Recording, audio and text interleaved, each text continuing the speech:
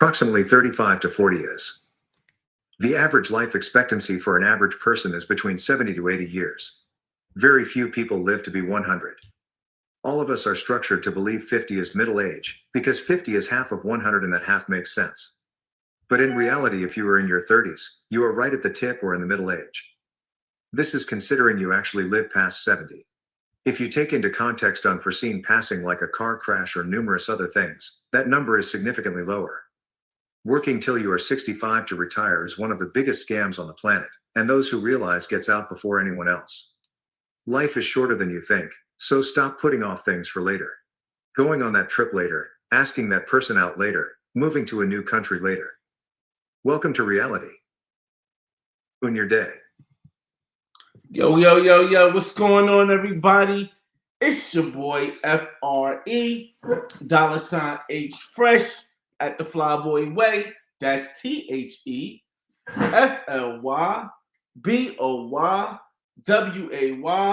Don't ask why, just check out the channel. And I told you guys this year I was going to be working on trying to get somewhere in my house where I could create a studio where the lighting could be good, where the background could be good, and we can actually do the different lives that I do every week.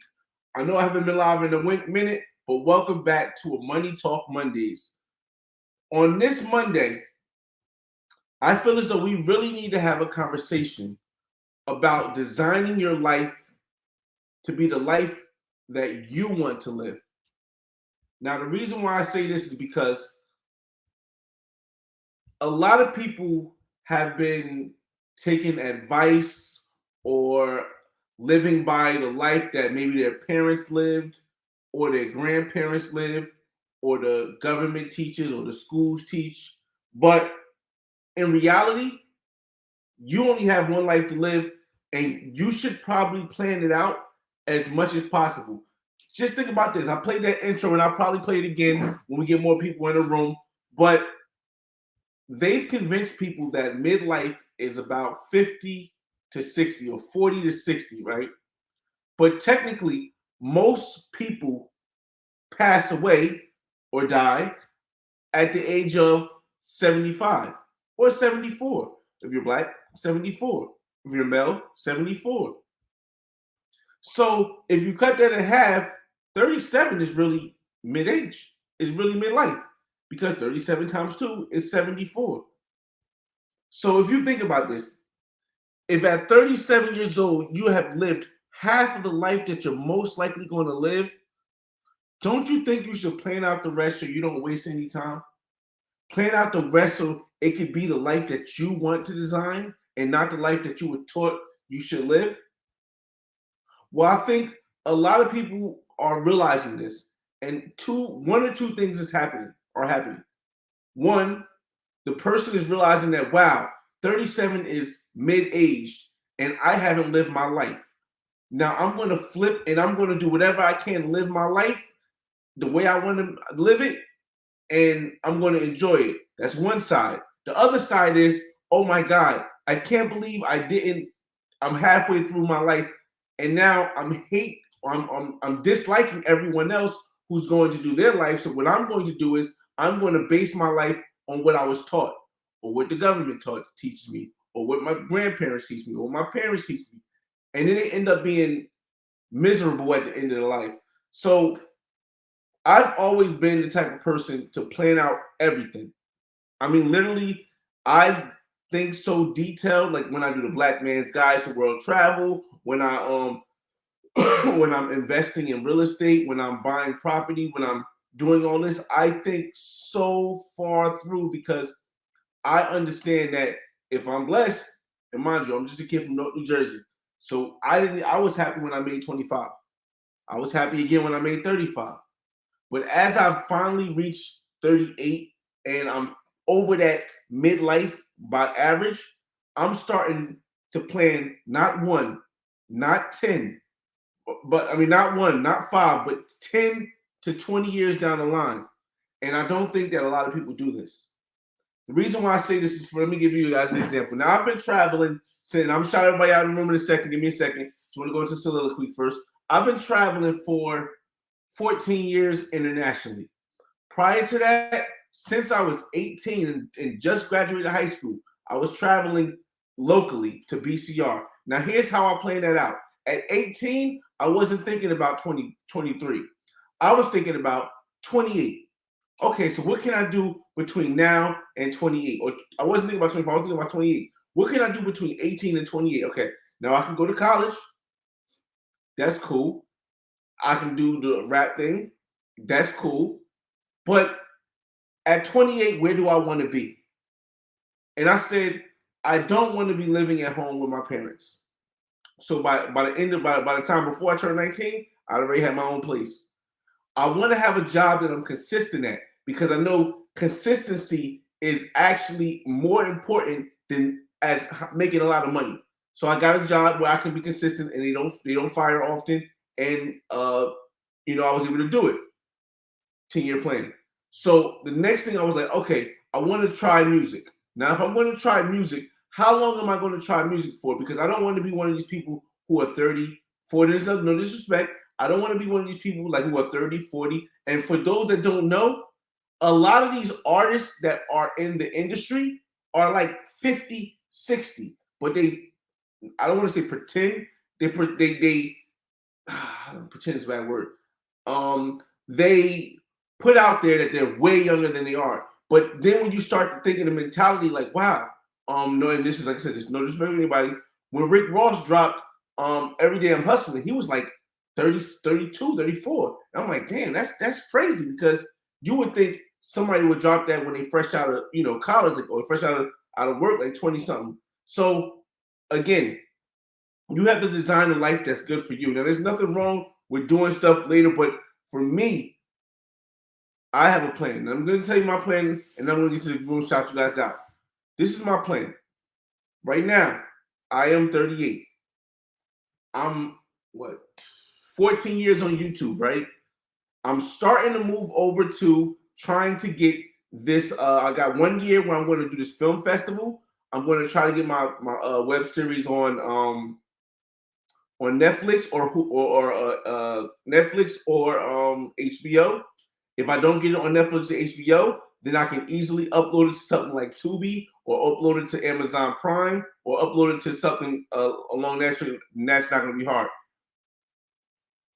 At 40, my plan is I will still be doing the Black Man's Guide once a year. And it will most likely be a different place once a year. But everything else as far as trying to promote it, everything else as far as trying to do vlogs everywhere, I'm completely stopping at 40. Completely stopping. I'm just going to do the, and mind you, I'm 38 now. I'll be 39 in July. But at 40, I'm completely stopping that because I have another path that I'm going to do. My next path is I plan on having a child in another country and acquiring property in another country that I do have that child in. This is just something that I'm trying because, like I said, I want to design my path, and this is what I'm trying to get you guys to get to thinking of how you want your path to be. Because the way I see it is this: I'm 38 years old. If I have another child at 40, right? By the time that I am 40, by the time that I'm 60, 60 years old or 58, the time when most people quote unquote retire, even though I'm retiring at 45 at the latest 50. I'll be able to say, okay, now I have a child overseas. I have another branch of my legacy, of my family's legacy overseas, and I've been intertwining in that child's life throughout the 18 years from 40 to 58. And I'll have a property over there so that and I'll make sure that my kids know each other so that still getting them cool, so that my kids can extend their legacy. And I think that that's my plan. I'm not saying that's what's best for everyone. But that's my plan. In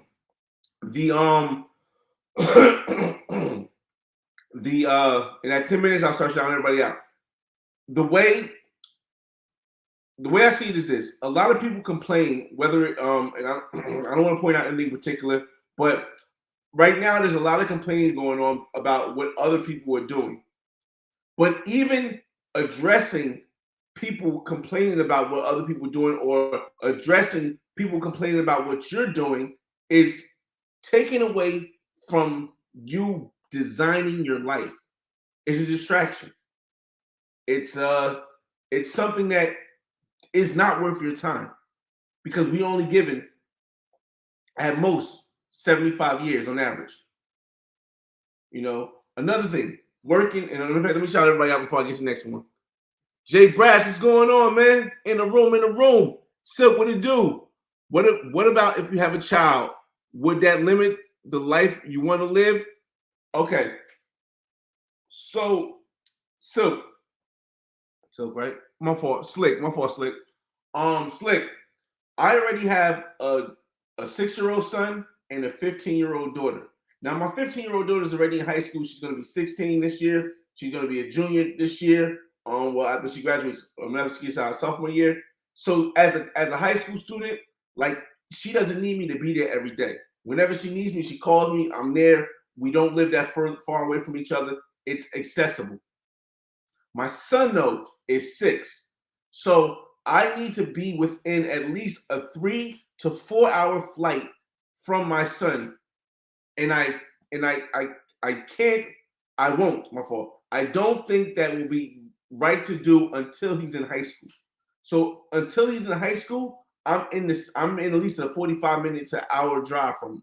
Wherever I'm at, I'm in a 45 to hour drive from wherever he lives until he's in high school, because I feel as though once you raise your kid to the kid is like 14, then they start to become more independent. They don't really need you to be there every day. But for me, I just can't see. And like I said, everyone is different. It's not, you have to design your own life. For me, there's no way I can feel, I grew up without a father. So there's no way that I would feel comfortable living in another country if my children are not in high school yet. So for me, forget another country. I wouldn't even live in my place in Miami, which is only a 3-hour flight. Not even 3 hours, which if my son is not in high school yet. So I do have to wait till my son is in high school. Remember, he's turning 7 this year, so it'll be 7 more years before he basically is in high school. So for the next 7 years, I plan to continue working. And then after he gets in high school, I may work 2 more years, but by 50, I'm done. Actually, it'll be 450 because he'll be 7. He said he will turn 7 this year. So in 11 years, he'll be out of high school. 11 years he'll be in senior year. And 11 years I'll be 40. So I mean I'll be 50. So yeah. So definitely by 50 I'm done with working. Then I can actually move overseas. But actually around like 48 I could probably move because I want to make sure he's at least 16. So that's what it comes to now. If I don't plan on having another child here in the States, that's I take all the precautions to make sure I don't have a child here in other states. I have a consistent person I hang out with, a woman I hang out with here. When I'm in Miami, I do have different occasions, but I make sure I'm protected because not just because I don't want to catch an STD, but mostly because if I have another child, yes, that does throw a wrench in my system if I have another child in the States. But my next plan, like again, at 40, is to start looking to where I'm going to think. And I'm thinking, me personally, Barranquilla, Colombia. And the reason why Barranquilla, Colombia is because the woman I met back when I first went there for the first time, we still connect. And even if it's not her, Barranquilla to me is, and I like Cali too, and I like the fact that there's less, but to me, Barranquilla makes more sense of getting a home there and having a, what's the name? Now, mind you, if I don't do Barranquilla, I still want to have a place to apply to Carmen. But as far as starting a family, I feel as though Barranquilla is a little bit better than Cali, simply because if something happens with the airport in Cali, like when they had the riots and stuff, they shut down the airport. There's nothing near where you can fly to go see your family, and that's a problem for me. Like I said, you have to think 10 years down the line. It may not ever happen again, but you have to think 10 years down the line. But Barranquilla, if something happens in Barranquilla where the airport shuts down, I can fly to Cartagena and I can drive to Barranquilla. I can fly to Santa Marta. I can drive to Santa Marta. If I'm in Barranquilla and I need to get out as fast as possible and Barranquilla airport isn't working, I could drive to Cartagena. I could drive to Santa Marta. So this is all stuff that I think of as I'm designing the life that I want to live. And there are going to be a lot of people who say, oh, you can't live that far from your kid, because again, we're living a lot of people are living a life based on how they were taught by their parents or by their grandparents. But that life doesn't work for us, you know? And with internet, us millennials are the first group of people, because we grew up, when I was 10 years old, there was no internet. When I turned 11, there was AOL.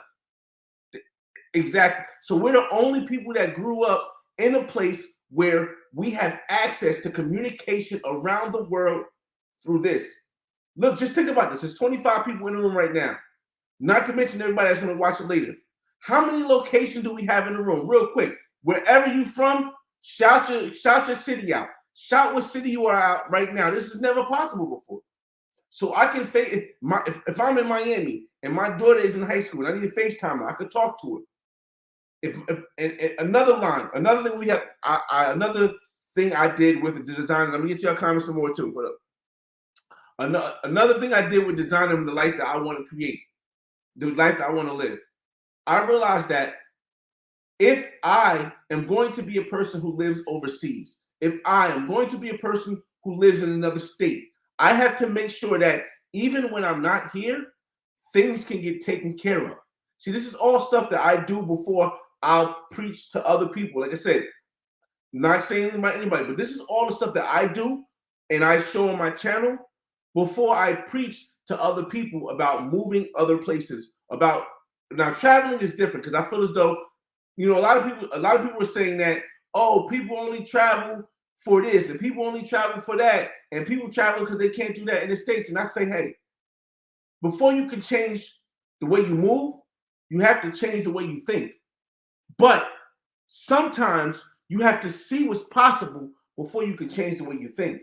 So I would never tell somebody, wait till you get everything right here before you travel. Now, before you move, me personally, yes, I definitely, I brought my first place in New Jersey. I got a taste of that. I brought another place in New Jersey. Once I realized I have a settled in New Jersey, I was going to go international. The pandemic happened. Unfortunately, the pandemic disallowed me from going to places I want to go internationally. So what did I do? I bought a place in Miami to get the feel of what it's like to have multiple places and multiple houses or condos in different places. And now that I have that, I can start at 40, as I said, I can start my family in another country. I personally would never buy a crib in another country unless I have a family in that country, except for Mexico. Let me see. Shout out to Kings and Dreams in the room. Y'all make sure y'all follow my brother on his page. He be uploading some dope content, some dope interviews, and he got some beautiful ladies up there, man. I'm gonna have to take a trip down to Boston, and that's where they all live. Oh man, let me see. Mango Diet, what's up? Depending on the country, your property real estate is the first asset they'll take if the courts feel liable of owing anything to the women there. Depending on the country is a big thing. Again, I feel most comfortable in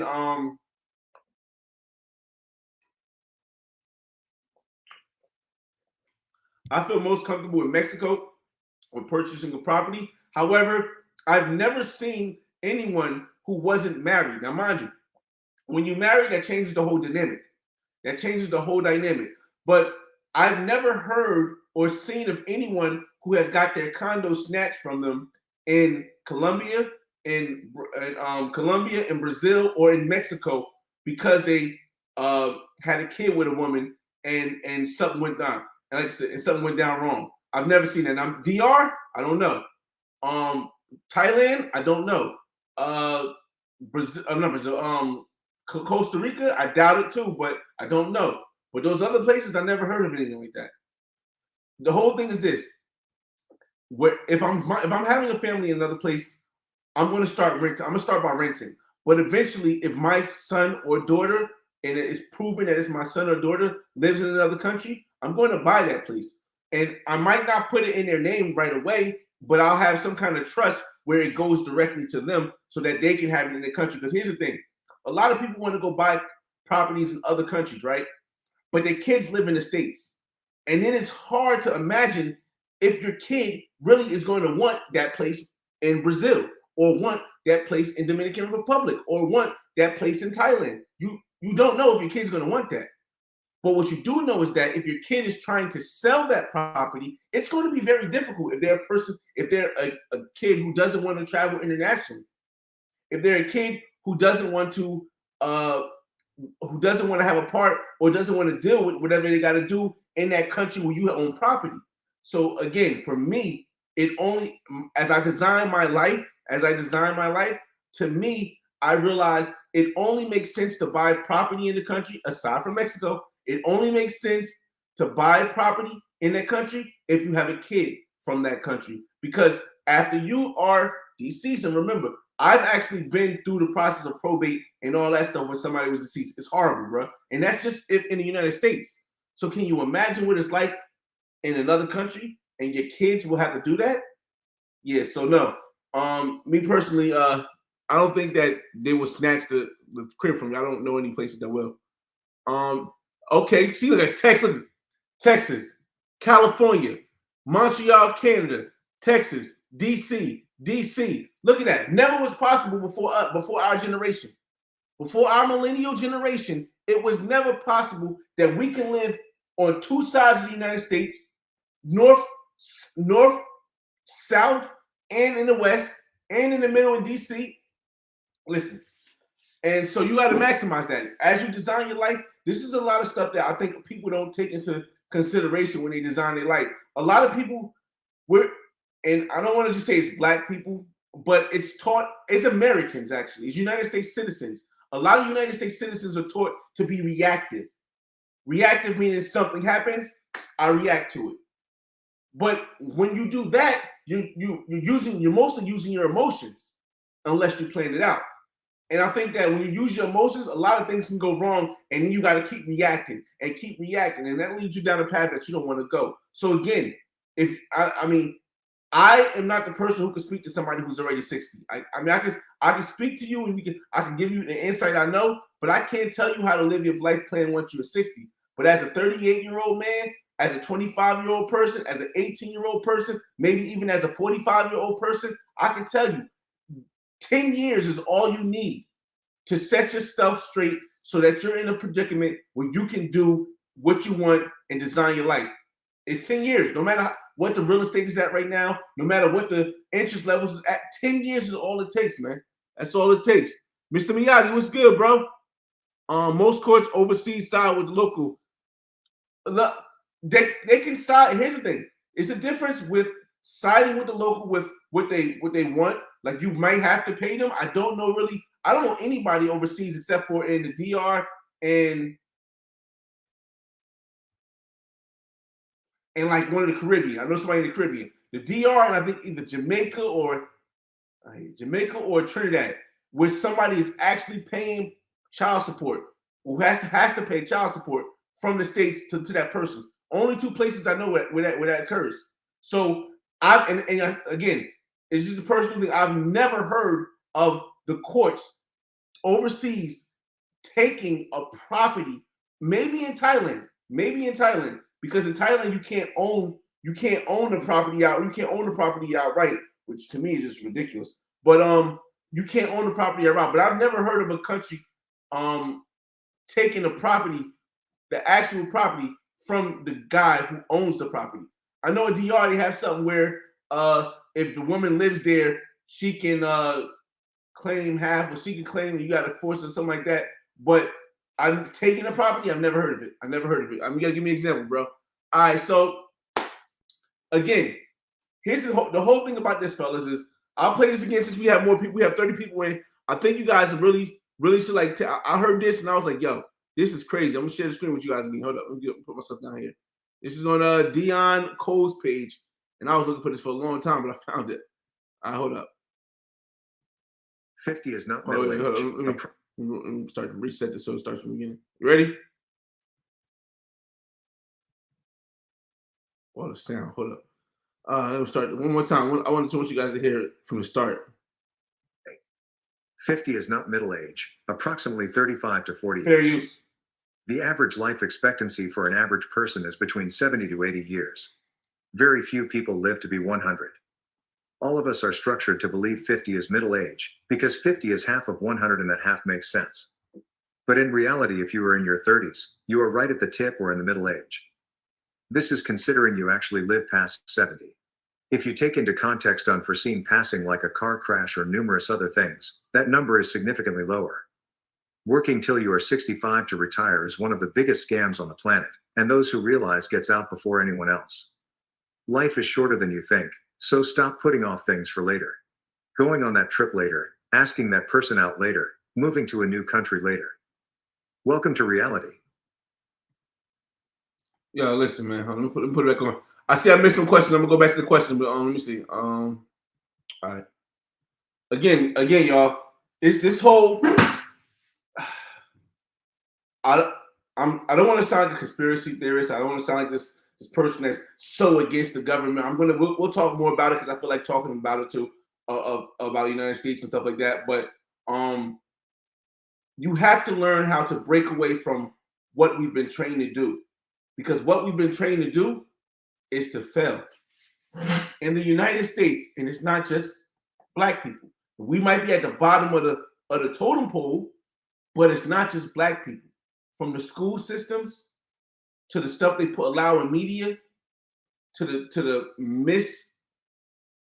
I won't even say misinformation, to the uninclusive perspective of the media, the non-inclusive perspective of the media has all been training you to fail. And before I can preach or speak to you guys about any of this, I had to go out and get it for myself to make sure that I am not being a hypocrite, and to make sure that you know, if I tell you something, it's because I did it. It's because I'm doing it. It's because I lived it. And I got the receipts.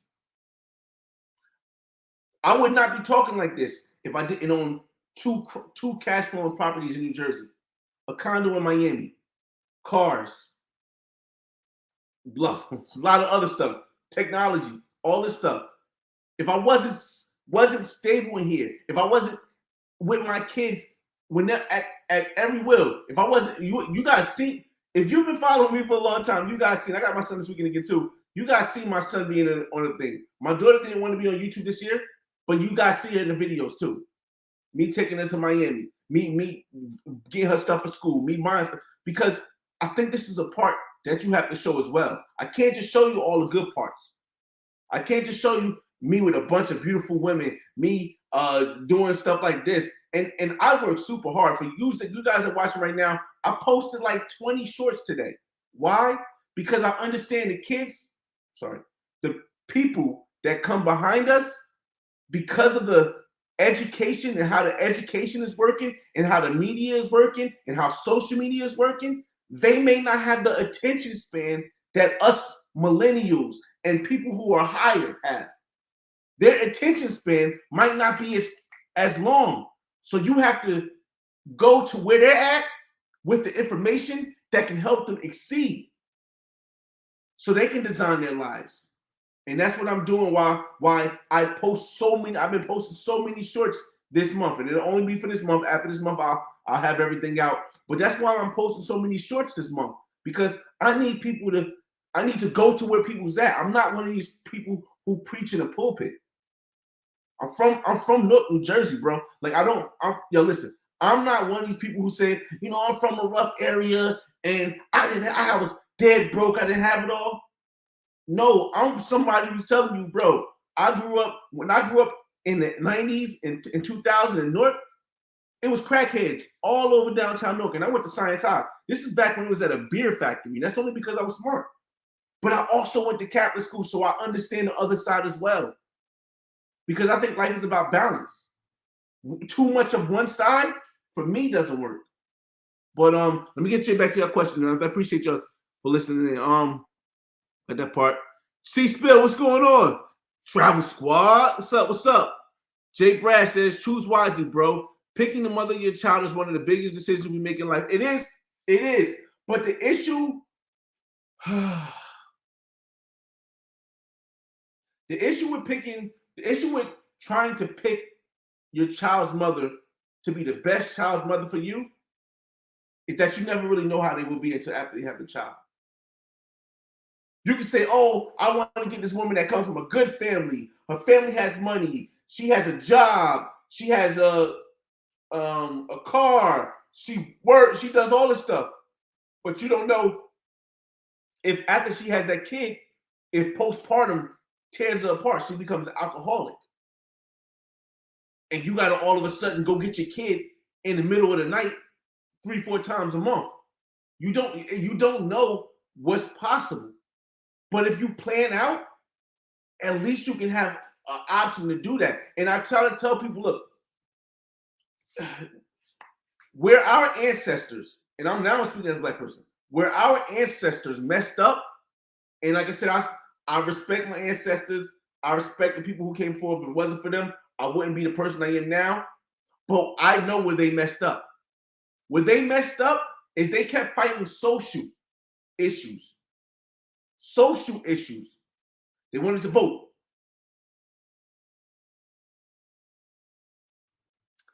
They wanted to be equal. They wanted to integrate. But if you fight economical issues covers all that. If you get economically to where you need to be, it covers all of that. You can have all this stuff here. You can be able to vote. You can be treated equally. You can have all this stuff that they fought for so hard. They marched and they did this. You can have all this stuff, and it means nothing if you're not here economically. See, that's why I would never argue with someone. And you can see all the people on the platforms. You can see all the people who are arguing about brothers traveling and or how people were treating people overseas or how stuff like that. But I would never argue with someone who doesn't understand economics and how the world works. Give you an example. To get mad at a brother who travels overseas, even if he's just going over there to spend money on the women, right? Even if the brother is just going over there to spend money on the women, right? To get mad at that brother for doing that, but you said nothing to Elon Musk, who's a billionaire, who's not from the United States, who has 9 women pregnant in the United States. Okay, cool. You say nothing to Nick Cannon. Cool. So what people are not understanding because they don't understand the economics of the world is that the same stuff that people do overseas, they do here. The only difference is the amount of money that you need to do it. If I was a millionaire, if I was a multi-millionaire, 10, 20 million, I'd probably still go overseas. But I wouldn't have to. I could do the same thing here. Options. You see, back in the days, colonists, the government, they limited the options of people in the minority. This is not just black. This is black. This is Hispanic. This is anybody that's immigrant. The government of the United States limited the options for people in the States. But now our options are almost limited once we can go out the States. See, here's where they messed up. They got greedy. I'm gonna tell you what I mean. I'm gonna tell you what I mean by they got greedy.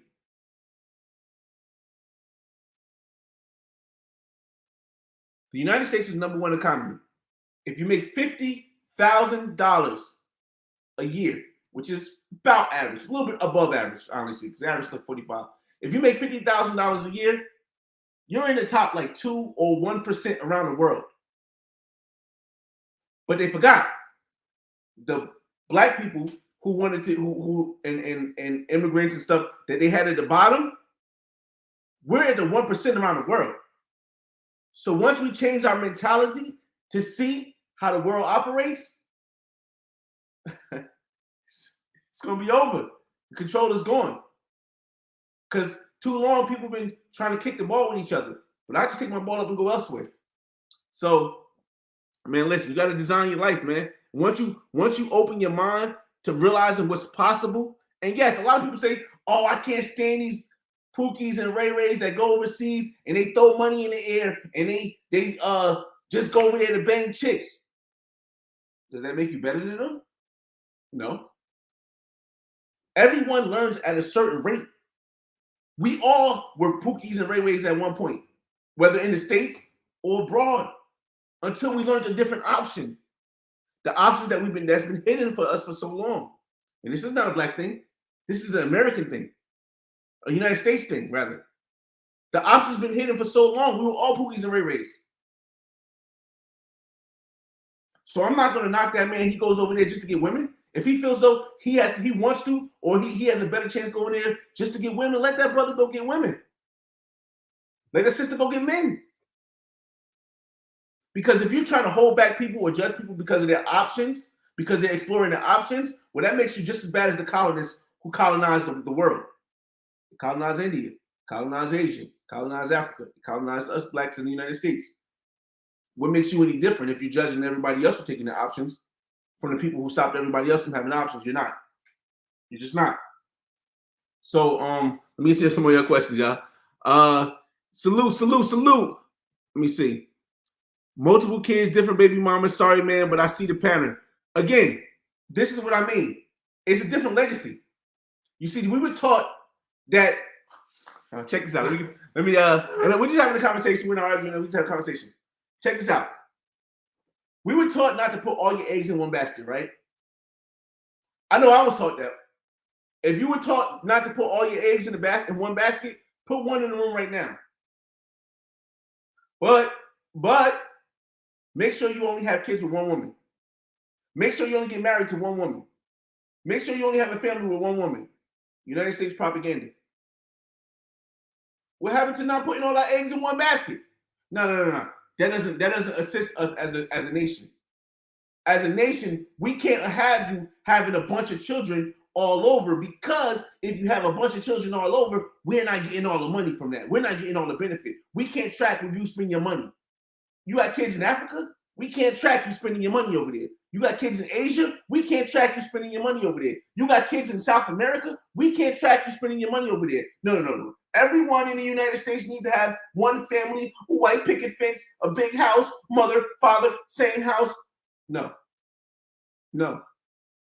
In my experience, you always need a father and a mother in your life, but they don't have to live together if they work together.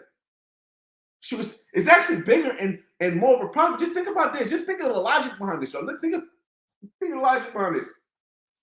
Let's say I got 3 baby mothers, right? All 3 baby mothers work, right? Maybe I'm not with none of them, right? All 3 baby mothers have boyfriends or have new husbands, right? So now, instead of me just having my income, now I have my income, my 3 baby mothers' incomes, and their husbands, all circumventing the same family. But they want you to just one, have a big family. Okay, so now you only have 2 incomes. You have 4 kids. You have 3 kids, 2 incomes. So now you're trapped in the system because your income is not going to be able to provide for 3 kids unless both of you guys are working. And if both of you guys are working, you and her are working, who's watching the kids? Oh, the school is teaching the kids. But the school's not teaching the kids what they need to learn to be, people who are economically understanding of the world. So now all that money and all that tight-knit family that you have with the mother working and the father working, because we don't, again, our great-grandparents lived in a place where only one parent had to work. Our grandparents maybe lived in a place where only one person had to work. Our parents didn't live in a place where one person had to work. Both of them had to work. We as millennials, we can't. Both of us got to work, and we still can't make bills due. Especially if you live somewhere that's a higher earning place: New York, New Jersey, LA, Vegas, Miami, Los Angeles, Houston. You see, it's hard for people to see the logic sometimes because we've been so indoctrinated about this white picket fence lifestyle that is in the United States. But see, what makes me different from so many others, it doesn't make me better. It doesn't make me better. But what makes me different from so many other people that you see is that I started traveling when I was 18. A lot of other people started traveling when they was 20, 30, 40, 50. And they may have been in more places. But once you hit 30, once you hit 25, you're pretty much set in your ways. You can't, it's more difficult for you to still grow. It's difficult for you to design your life in a different way because you're set in your ways. But I grew up learning with travel by myself. And I don't mean tourist travel. I'm talking about integrational travel, learning from other people, communicating with other people. So this is it's part of who I am. It's not somebody who I became after I was already who I was. So, let me see. Totally understand, man. I only have one child and I'm 29. Shaking my head, dude. I can't wait till she's grown so I can live overseas off my pension. Listen, again, if you guys don't understand, let me try to break it down to a little bit better. And I don't know how long this is gonna be, but we're gonna have a good conversation. I mean, I might even let some people up in the room in like 20 minutes. I might let some people up in the room to talk. Bro, this whole system in the United States is nothing. Now, let me start with saying this because I don't want to make people think I'm knocking the United States. Because here's the thing: the United States is the number one economy in the world. If it wasn't for the United States, I wouldn't be able to do what I did. Now, yes, the United States has a terrible history for us black folks. Remember, I don't consider myself African American. The reason why I don't consider myself African American is because that takes away or discredits the fact that as a black person in the United States, we went through a lot of stuff that Africans didn't go through. Secondly, I've never heard of African. My daughter's mother's from Ghana, born and raised in Ghana, came over here when she was a teenager. I've never heard an African person I've never heard a person from Ghana, from Nigeria, from South Africa, or from any countries in Africa come to the United States and say, I'm African American. I've never heard that in my life. You know why? Because they'll say they're Ghanaian American, they're Nigerian American, they're South American. I mean, they're South African American. But that name doesn't even make sense. African American doesn't even make sense simply because Africa's a continent. You are who you are based on your nation you're from, your country. People from Sweden, they're Swedish. People from Switzerland, Swedish. People from Russia are Russian. They're not European. I mean, they don't call themselves Europeans. So it's just, you really have to really change what we've learned because we have the access now. But yeah, let me see. Kings and Dreams. I just turned 38. My plan is to retire by the time I'm 48 or 58 at the latest. What would you suggest for a 10-year plan for someone who wants to retire? Okay. Shout out to my brother Kings and Dreams. I'm going to talk to you right now. Let me see.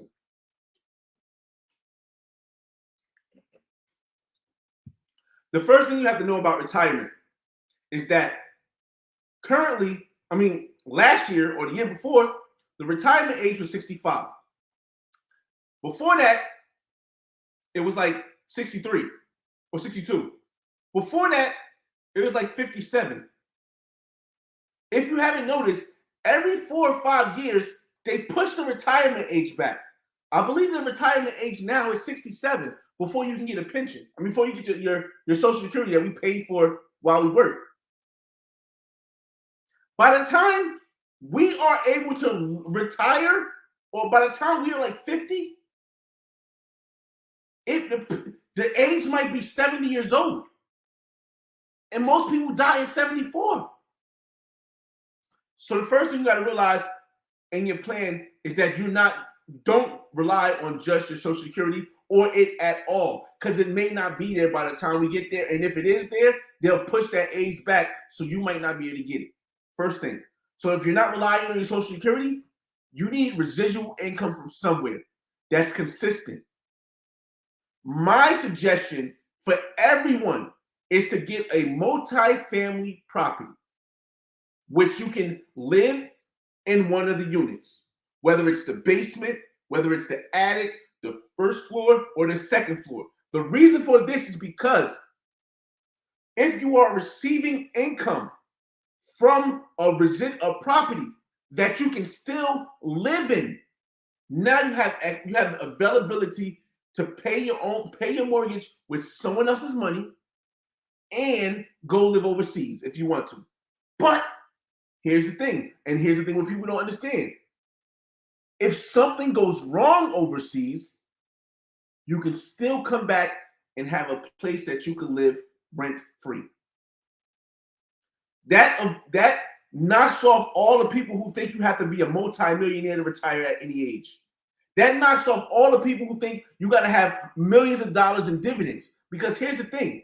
If you're living rent-free, the only thing you're paying for is your food, your entertainment, and if you got a car. Which could probably all in the States only be less than $1,000. See, people don't understand that the power of having a property is better, in my perspective, it's better than having money. Because if I have $1 million invested in stocks, right, and I don't have any property, I still have to pay rent somewhere. And I don't control the rent. So the rent can keep going up. So the first thing I would say is get a property, get a multifamily property that you can live in and rent out. Once you've done that, try to do it one more time, because with 2 properties, you'll be able to retire at any time. As long as your kid is is in high school, you'll be able to retire at any time. While you, in the meantime, if you don't have the down deposit to pay for a house, because houses are expensive right now, but realize when you get a multifamily house, the bills are split with you, so it becomes cheaper for you not cheaper. It becomes easier for you to qualify, because now it's not just your income. It's the income of you and the money you make from your tenants. So I would suggest, first things first, before you even try to get it, if you don't have the money, if you don't have the down payment to get a multifamily house, put money in just like, what is this called? Mutual funds in your stock market, or ETF. Something that's not going to make a lot of money, but you can consistently put it in there and it's not going to lose you money like that. So I was in ETF, not stocks, but ETF or mutual fund or dividend stocks that have dividends on it. First thing I would do, once you get about, I think now you're gonna need like 35,000. Once you get up to 30 to 35,000 in most places around the globe, and you might have to, you're a little bit different because you live in Boston, around Boston. The Boston is expensive, but you might have to look for somewhere that has a lower barrier to entry for a multifamily house. Somewhere that's less. But as soon as you get that first multifamily house, even if you're still living in Boston and the house is in New Jersey, or the house is in somewhere where you can get access to within 3-hour flight, make sure it's a place where you can have a place to live. And once you get the house, do it one more time, and you'll be able to retire. And it'll take you, let me tell you, it'll take you, if you save $10,000 a year, it's not a lot. If you make at least $60,000, $50,000 minimum wage, not minimum wage, but minimum income, you can save $10,000. It'll take you 4 years to build the money that you need, right? So those 4 years, take out of 10 years, you got 6 years left. You buy the house on the 4th year. Then for the 5th year, the 6th year, and the 7th year, that's 3 years.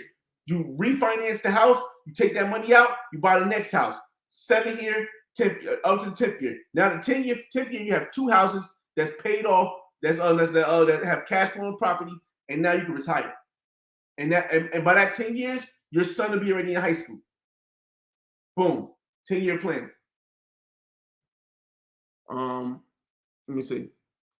Barranquilla, Colombia. Yeah, definitely, man. Definitely. Yeah, I got the same feeling too, fellas. We over 8:48. We over 30 minutes. You guys got any questions about anything? Any YouTube stuff? Any financial stuff? Anything about your life you think I can probably assist you with? Just ask me, y'all, and then that's cool. Mango diet. Hold up. Depending on the country, your property real estate is the first asset to take if the courts feel liable. I don't see that. I don't see that. Because the first thing they do is they try to get money from you. I don't know anybody, so I can't reference that. I don't know anybody that the course went straight to taking the property. I've never seen that. I've never seen it happen. Now, I know people who have multiple kids in multiple places. I've never seen that. The first thing they do is hey, this is how much money you got to pay. And in most countries outside of the United States, or most like Latin American and some Caribbean countries, the amount of money they're asking is half of what you're going to get in the States. Let's say in the States, I owe $400,000. If I wronged the woman, I could have cheated on her, threw out the house, whatever. In the States, they're going to get you for like $400 or $500 a month. In Dominican Republic, maybe $2. In Colombia, maybe $150. In Brazil, maybe $2. So like they're not going to say, oh, you wronged this woman, here, give her the house. That doesn't happen. Until I see somebody that doesn't happen. It just doesn't happen. Texas, California. Oh yeah, I got you. Let me see. I hope I got a question. Most countries can. Right. You said most countries you can own a condo as a foreigner. Right, exactly. But I got to do more research. But I'm going to say this. I think in Thailand, there still has to be. You have to put the condo in a business or somebody like somebody has to own the business 100%. I don't know more. I got to dig more into it. But most places, yeah, definitely.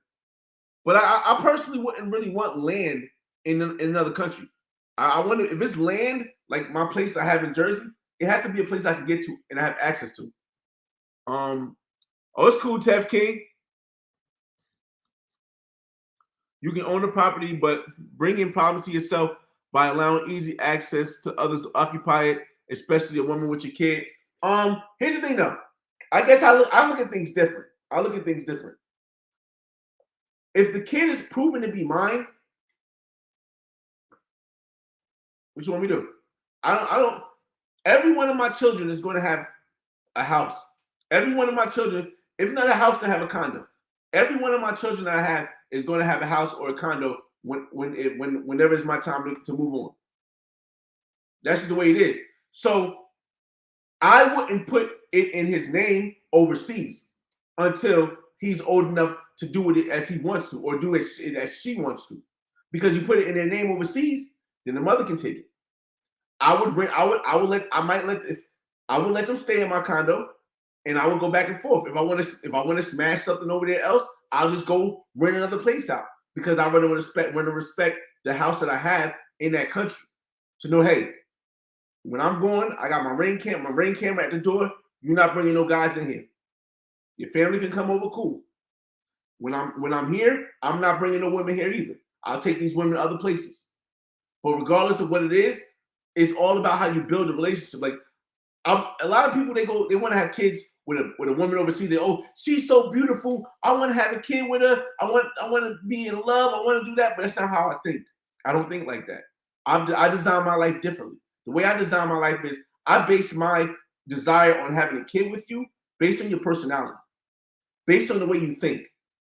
Like, for example, dog, if you guys have seen my videos, even the videos I just posted, bro, I got some bad looking women in Colombia. Like the top notch looking women in Colombia. The woman on the Black Man's Guide to Medellin, I just spoke to Lily earlier today. She's a model, like literally a model in a magazine. She's literally a model in a magazine. But I don't look for that aspect when I want to have a kid with a woman. I look for the woman who doesn't want a certain type of lifestyle. She doesn't want to be super high class and do stuff. She doesn't want to go to the fanciest restaurants. Her family might be close-knit and she might not be well off. But see, that matters more to me. In designing my life, I realized that I want the woman who's the average woman because I'm the average guy. It's just that I'm the average guy who worked hard and now I have a lot. But I don't move like I have a lot. Like if I tell people over and over again, bro, I hit millionaire status like 2 years ago. Like if I sold everything I own, I probably with the houses being worth less now, I'll probably walk away with like 1.1, maybe 1 point something. But I don't move like that. No name brand shirt, no jewelry. I might wear earrings every now and then. No name brand hat, no wristwatch, nothing like that. I don't move like that. So when it comes to me picking a woman overseas that I want to have a child with, that I choose to have a child with, she's not gonna move like that either. So it really depends how you move, man. Mark, what's going on, man? I like him too, man. I like it. And a lot of people don't understand when I have these talks. Yes, I'm talking to you guys and still helping sharpen skills. So you guys help me. You guys say something, ask me a question, I respond back. It makes me think more. It makes you guys think more. You respond back. But at the end of the day, I get to go back and watch these videos and learn and stay on my path that I want to be. So I appreciate it, man. I want to move to Newark. Can I get an apartment, decent apartment for $1,300? Yeah. In Newark, you can. A one bedroom. A one bedroom. You can get a decent one bedroom. And Newark has changed so much, bro.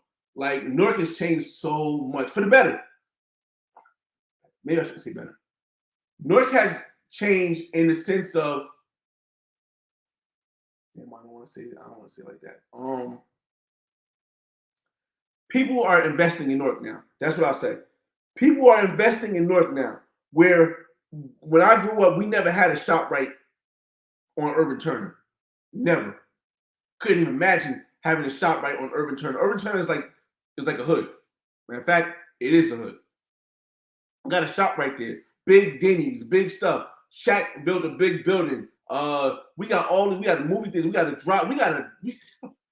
freaking drive-in movie theaters in Newark, bro. In Newark, we got a drive-in movie theaters where you could drive your car in, you drop the top, you put the earphones on, and you watch the movie, or you turn to the car to the station in Newark. So, I think people are trying to buy. I think the wealthy people are coming to buy Newark back. That's my opinion.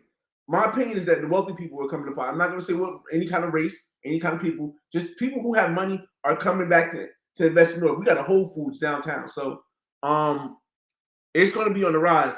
You just got to look. You got to know Newark a little. What areas to move in. You got to really know which areas to move in.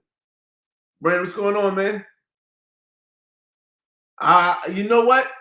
I can't say that. I really can't say that. The reason why I will say Newark won't always be rough is because my grandfather told me about a time way back in the day, before the riots, when Newark was completely different.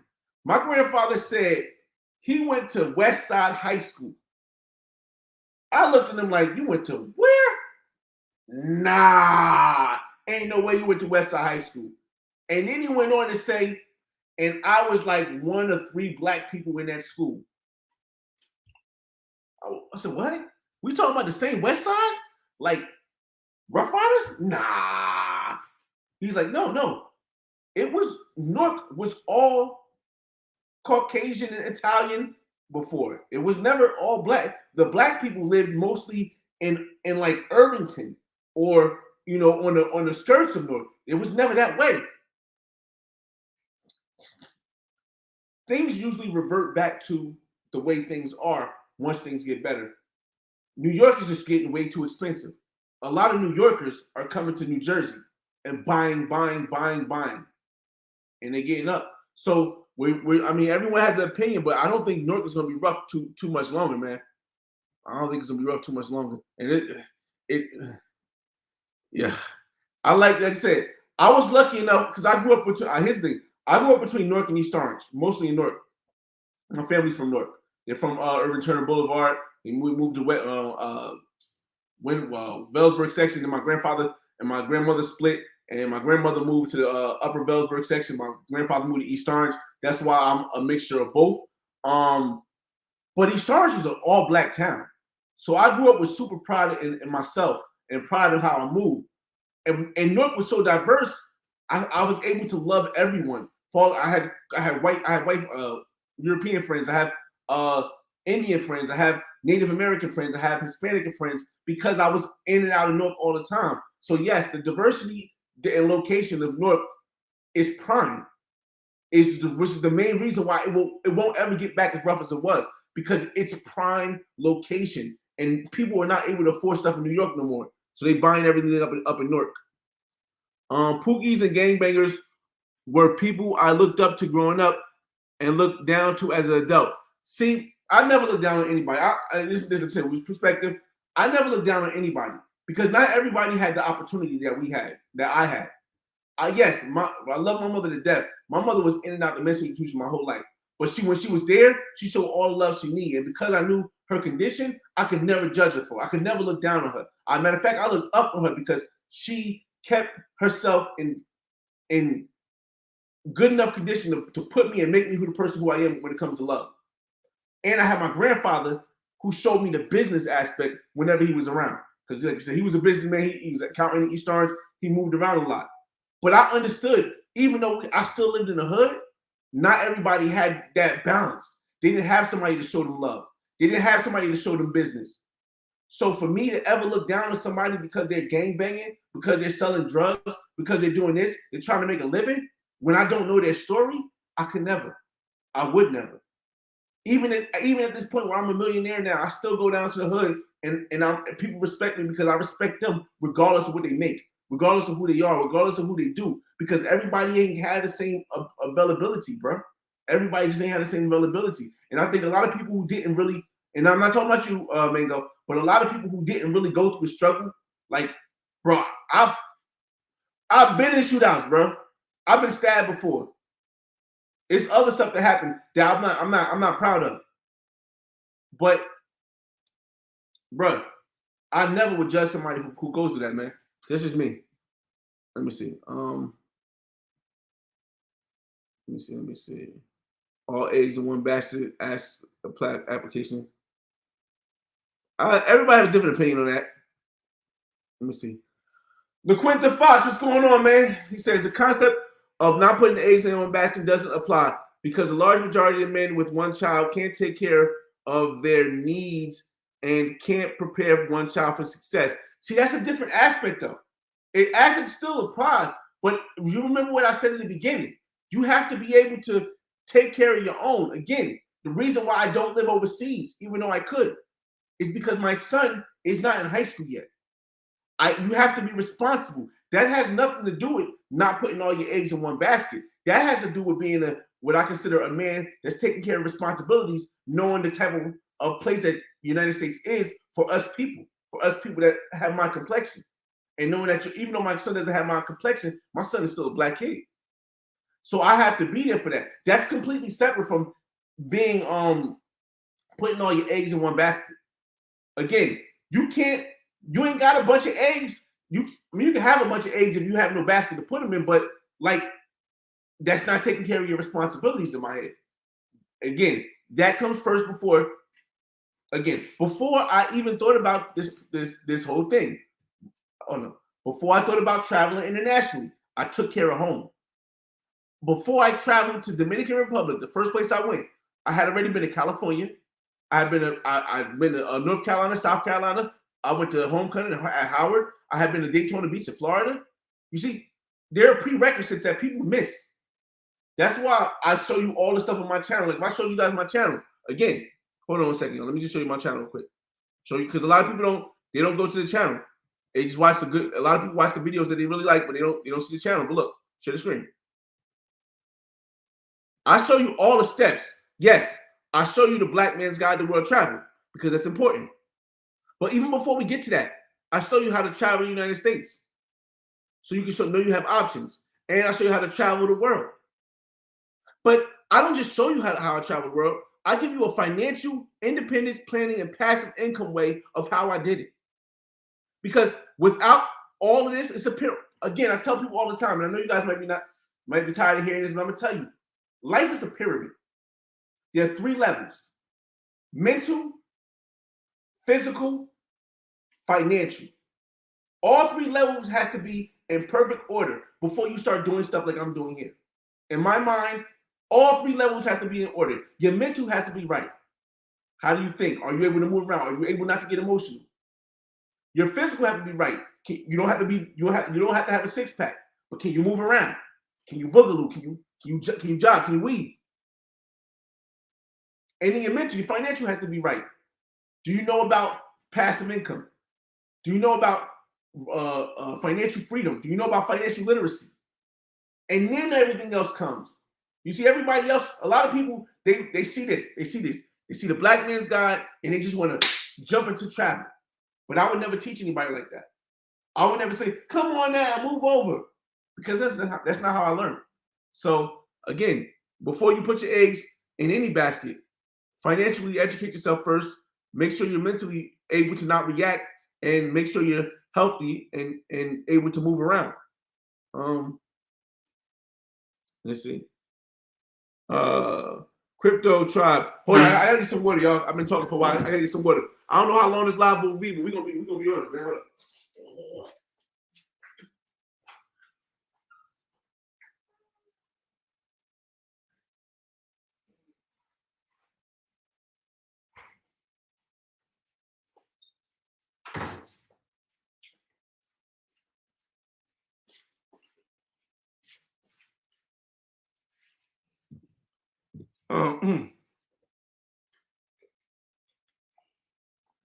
Okay, crypto. We're gonna talk about that too. Again, we over 30 minutes. Whatever you want to talk about, let's talk about it. We got some time. It's Monday. Crypto Tribe Live says we're indigenous to this land.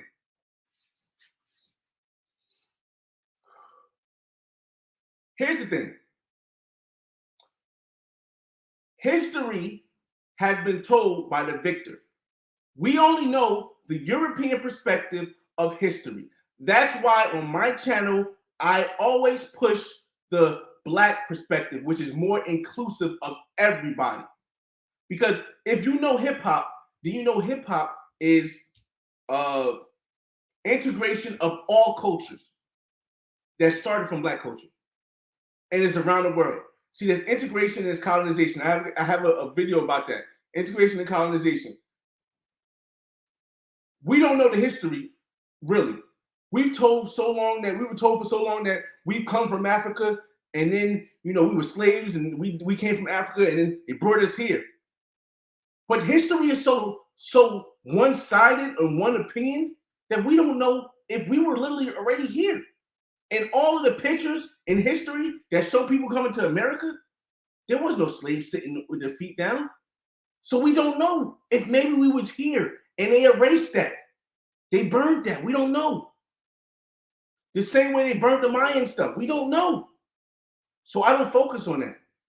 All I focus on is how I can tell my story now and move forward. Because we can't change the past. We can't even go back in history of the past because eventually they're going to dig up everything. They're going to dig up everything. And the more people have a desire to learn about how the world was created and how the civilizations lived before us, the more they dig up, the more this they're going to see. The more Black people and the stuff that Black people was around the world, they're going to see. So that's going to come. But I can't change that past. So I don't focus on if we were indigenous to this land. I don't focus on if we were taking slaves from Africa. What I focus on is what's happening now, traveling around the world and showing you how we treat it. And showing you how the world is outside of the United States. That's what I'm focused on. T-Bone, what up, man? Muhammad Ali, what it do? Oh, you guys, hit the like button, y'all. Mango. Real estate, too expensive. Oh, wait.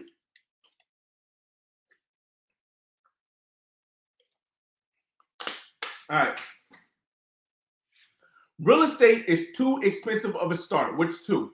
Two means I can't do. That's what two means. Two means it's too much. It's too hot. It's too cold. It's two. Two just means you have to work harder. That's all two means. Real estate is too expensive to start unless in very bad neighborhood. Invest in your skills. Avoid Ponzi schemes like crypto. Stack over time. Move in and buy a better location. Again, I wasn't given a bunch of money to start investing. I worked at FedEx for 10 years, putting money away in my 401k. Just putting money away in my 401k for 10 years to make, actually I made like 60, to make, because they matched it. I meant to have $60,000, of which I could borrow, quote unquote, borrow $30,000. So in 10 years, I was able to accumulate $60,000 and be able to have access to borrow $30,000. Is it too much? No, it just took time. I took that $30,000. I went and bought a car. But I knew that wasn't a good idea. But I planned ahead. I designed my life, what I need to do. I bought the car because I couldn't get a credit. I couldn't get the car on credit. So I refinanced the car and I got the money out. Matter of fact, I got more money out than I bought the car for. So I bought the car for $16,000. I got $19,000 out for the car. So not only did I have a car now, I had an extra $3,000. So now I go with $33,000. I go buy my first house. Was it too much? No, it just took time. I put 24,000 down on the house because I need to put like 5% down. So I put 24,000. I put $24,000 in the house with closing costs.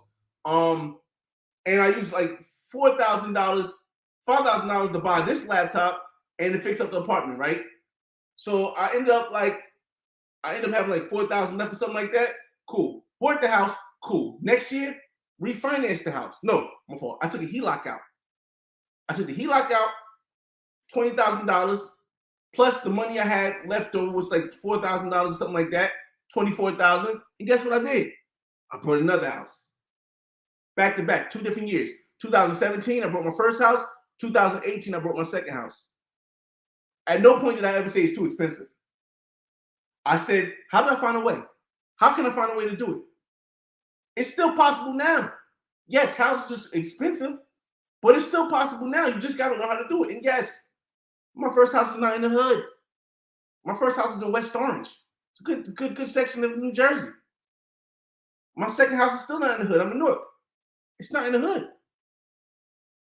So again, man, I think 2 is an easy way to say I can't, but everyone has their own opinion. How do I feel about option traders? They're scammers, it's false hope. I don't know, man. I don't know enough to speak about it. I'm not one of the people that's going to try to speak on everything because I don't know everything. I know there are people who made money off of options.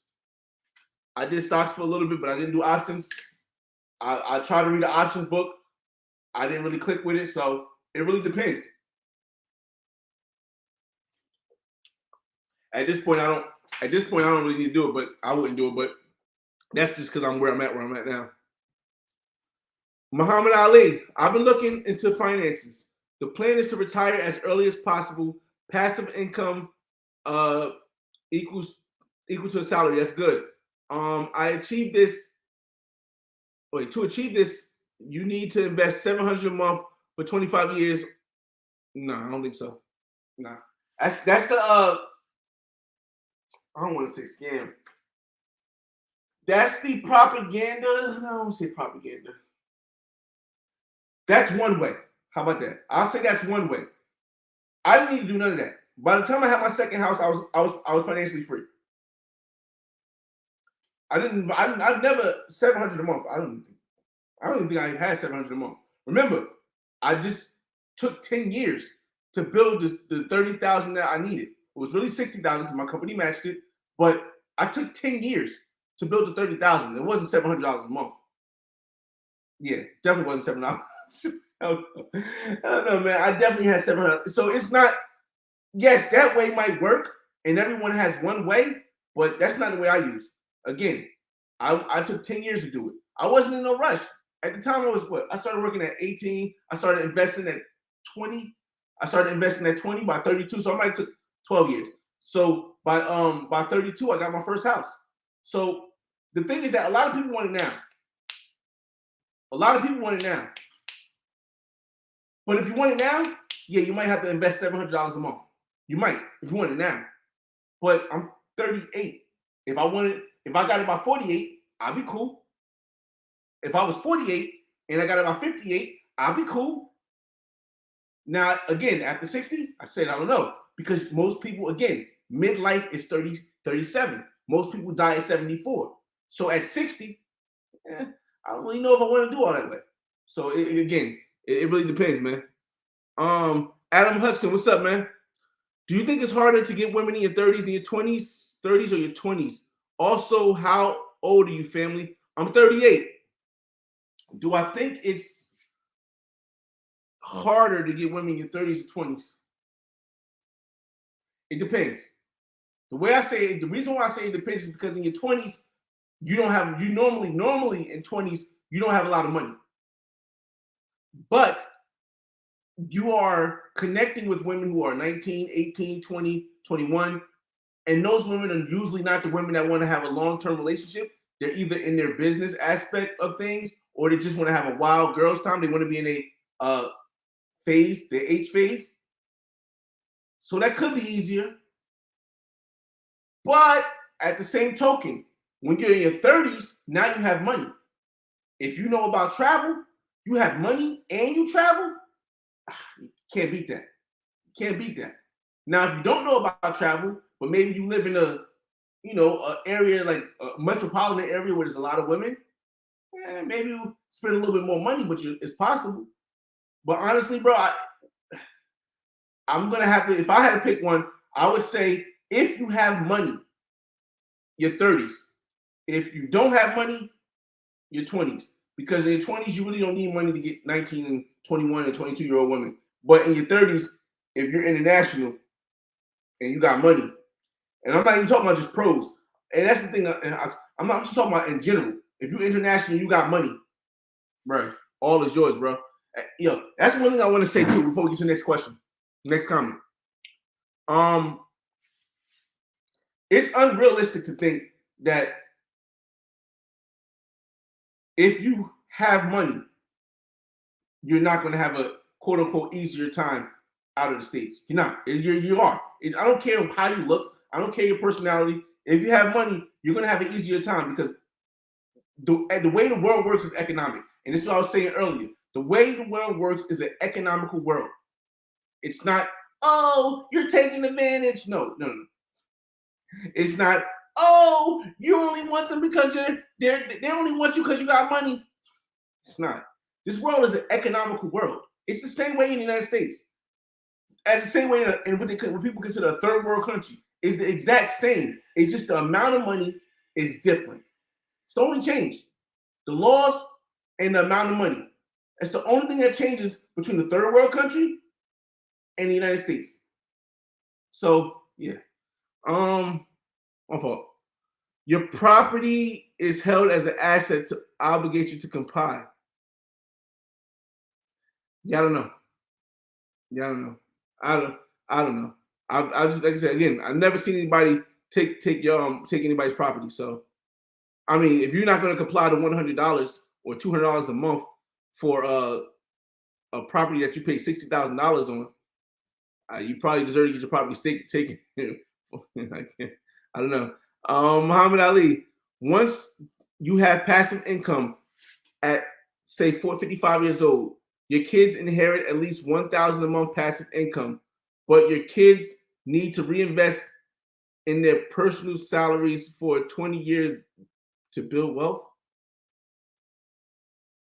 Let me read that one more time. Once you have that passive income at say 55, your kids inherit at least $1,000 a month in passive income. Oh, it's supposed to be a comma. Okay, comma.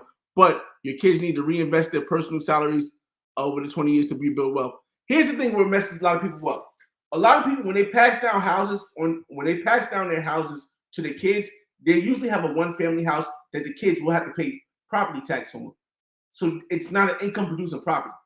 When you pass down an income-producing property to your kids can now live off of that. See, the reason why I tell people all the time, the reason why I'm working 25 years when I don't have to, I could have been retired, I could live abroad, I could live in my condo in Miami on the water. The reason why I'm still working is because I know that you need to show yourself to your kids that you can work 25 years and then retire. I don't feel as though my kids will ever, if as long as they take care of the houses, they will never need to reinvest their wealth. All they would have to do is not incur a large amount of debt. That's the only thing they got to do, because the houses will be, by the time I give it to them, hopefully when I pass away after 70, they'll be paid off and it's be cash rolling in. So, and yes, when things break, they got to pay for it, but they can pay for it out of the cash that's rolling in. So me personally, I think this applies to people who go and buy the big house and leave the house to their kids, or don't leave anything to their kids. And to me, oh my goodness, I mean, I guess it's only because of where I'm at financially. So take in consideration, it could be because of where I'm at financially when I say this. I'm gonna sound like Dame Dash too. My fault. If you're over 35 and you're not working for your kids, you're selfish. This is my opinion. If when I say working, I don't mean having a job. If you're not putting stuff away that your kids are gonna have after you die and after 35, you're selfish. Because if you as a person who has access to the internet, who has access to all this knowledge now. Now I don't blame my great grandparents because 200 years ago black people wasn't allowed to read or write. 60 years ago, black people couldn't buy properties in certain places. 60 years ago. So I don't blame my grandparents and I don't blame my great grandparents. But if you're 35 or up and you have all this access, and we still have barriers, but you have enough access now to go build wealth for your children, and you're willing to go out and just travel, and you're willing to go out and just spend money without putting anything away from your children, you're selfish. You're selfish. I can't imagine. As hard as I work, I can't imagine it's going to get worse in the future. I can't imagine my children having to go through what I had to go through to get to where I'm at.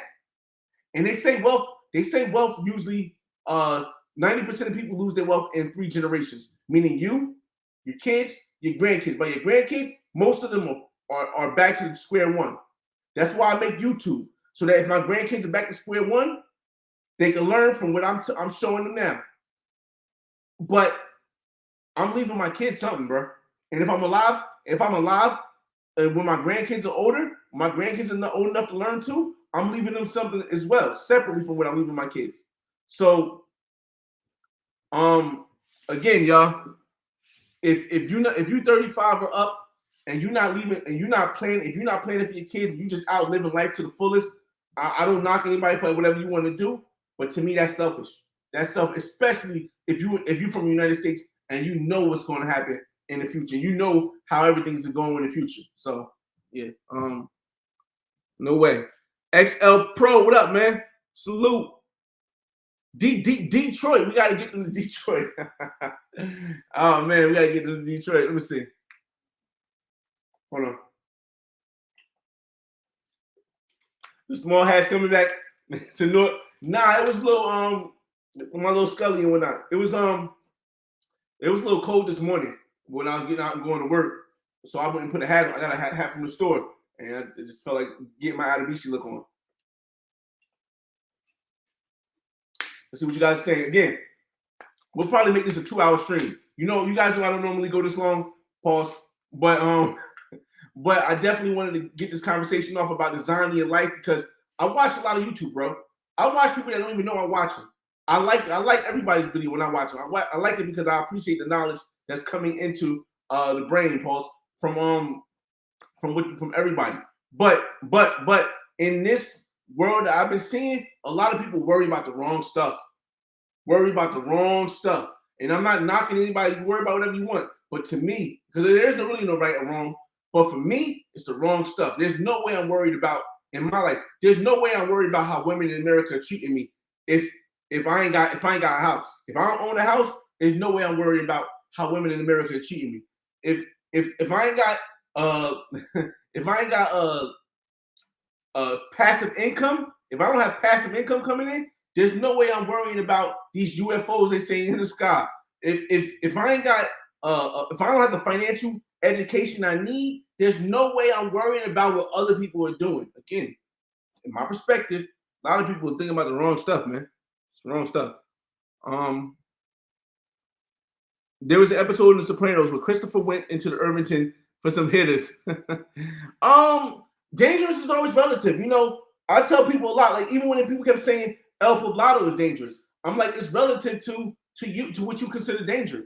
Because for me, any place that's circumvented with cops is not said to be dangerous. It's what you do that makes it dangerous. If I go to Irvington with a big chain on and I'm walking down the street at 1:00 in the morning and I'm drunk, if I get robbed, that doesn't make Irvington dangerous. That just makes me stupid. So, relative. Let's see. Eastside LA, what up? Yo, we need to see you in Sasua. I would really like your perspective on that. Not to change the subject. No, I mean the whole thing is right now you can ask anything. I'll be here for 2 hours. You can ask whatever you want to ask. It's my new setup here. So I'm just getting used to my new setup. Hopefully the lighting is right. Y'all see my stuff back there. Microphone right on check. So light microphone on. Yeah, all right, cool. Again, here's the thing. When I started traveling, I went to the DR. Now I only went to Punta Cana. We had to stop. I think one time we got diverted to Las Vegas, but I could be wrong. So I'm gonna say I went to Punta Cana. Then I went to Punta Cana 2 more times, right?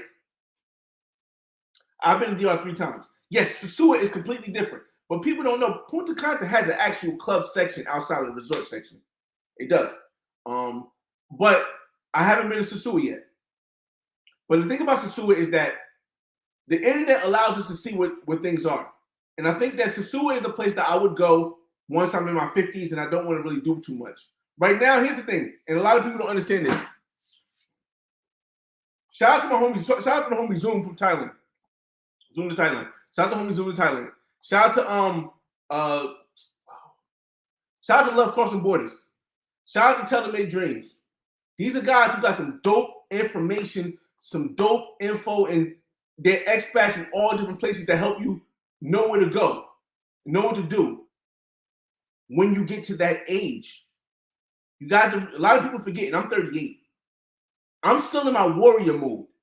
I'm still in my, I'm fighting for the cause. I'm leaving the trail. I'm still in my black man could do all this stuff. I can show all the young, I can still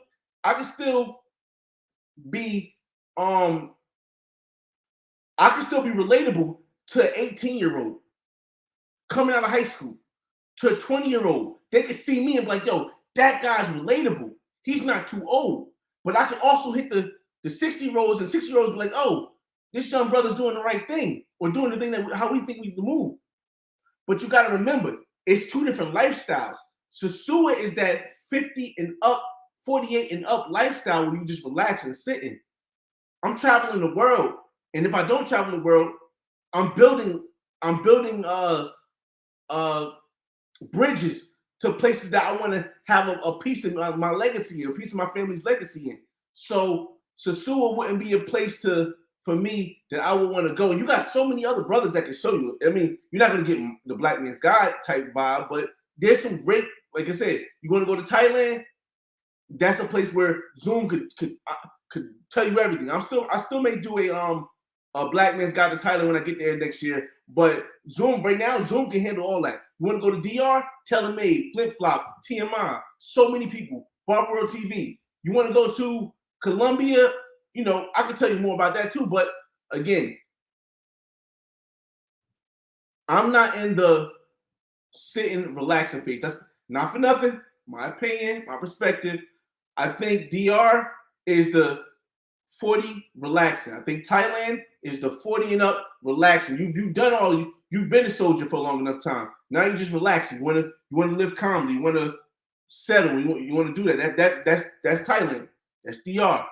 But I'm in the thick of stuff, bro. Pause. Pookies and gangbangers terrorize their own community, bring down the property values, prevent outside investments, kids grow up unsafe, missing opportunity and education. Pookies and Ray Rays are kids who missed out on opportunities and education. I just reversed what you said. Pookies and gangbangers terrorize communities and bring down property values to prevent outside investments, kids grow up unsafe, missing opportunities and education. Erase that. Pookies are kids that grew up in unsafe, missing and unsafe areas and missed out on opportunities and educations. So why am I knocking a Pookie and Ray Ray if they're just the kids of a product of our environment? Unless you don't know the history of the United States. Unless you don't know the history of Black people in America. Because if you knew the history of Black people in America, where 200 years ago, it was illegal, not legal to teach a Black person to read or write. I'm 38, 200 years ago, my great-grandmother, it was illegal for her to learn how to read or write. And if someone taught her how to read or write, bam, they were killed.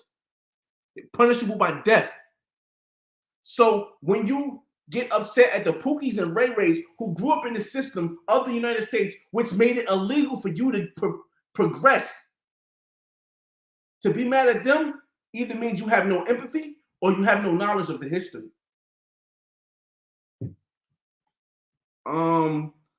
Let's see. What's good, man? Jers, shout out to Jers in the building. You already know, man. Brick City. Hilltown, down the hill. I agree with crypto is a Ponzi scheme. I don't agree with the brother about real estate. I mean, I won't say it's a complete Ponzi scheme. Bitcoin seems like it could be legit, just taking a hit because of everything else. But I still wouldn't. I made some money off of Bitcoin. I sold my Bitcoin I sold all my crypto in November 2021 when it was up, but it wasn't up as high as it was because 2021 it was way up. But at the end of 2021 it started going down. But I still made a profit. LaQuinta Fox, 100%. Traveling the United States is important. Also, I have 4 more states to visit. Oh, that's crazy, Quinta. That's a lot of states. That's a lot. That's a lot. I haven't even visited all the states. I visited enough where I felt enough information about it. Here's the thing. Like, I don't want to knock brothers because everybody has their own path.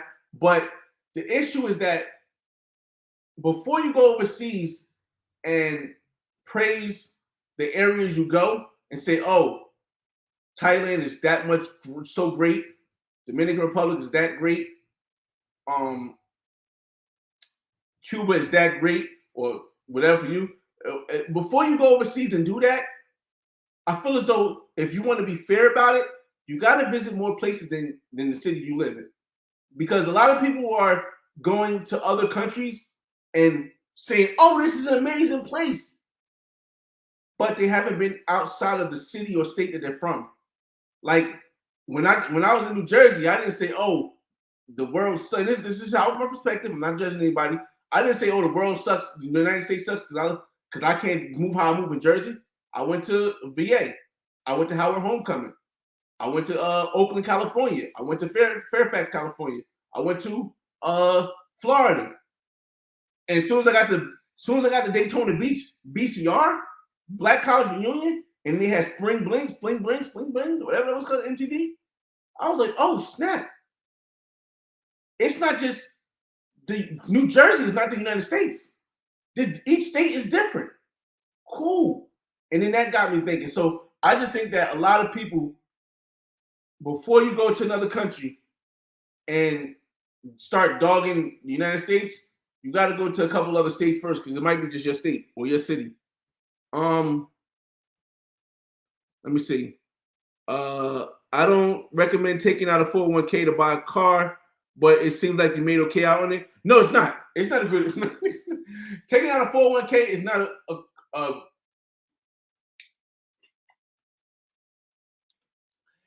taking out a 401k to buy a car if you don't have a house already is a bad decision, unless you know that you can buy the car and refinance the car and get the money out. And see, my job they wouldn't give me the credit to buy the car, but if I owned the car, they would let me refinance and take the money out. So I knew the opportunity was there. So I bought the car again. I bought the car for $16,000 cash from my Dominican homies. Shout out to David and Sons in Mulberry Street, North. I bought the car from my Dominican homies. Mind you, the car was I ain't saying. I bought the car from my Dominican homies. When I bought the car, I already knew in the back of my head my job was going to let me refinance and bring that money back out. So now I had the car. So again, that from my situation was different. I hope I explained it to people. But yeah, definitely taking a 401k out to buy a car if you don't have a house already. Not a good idea.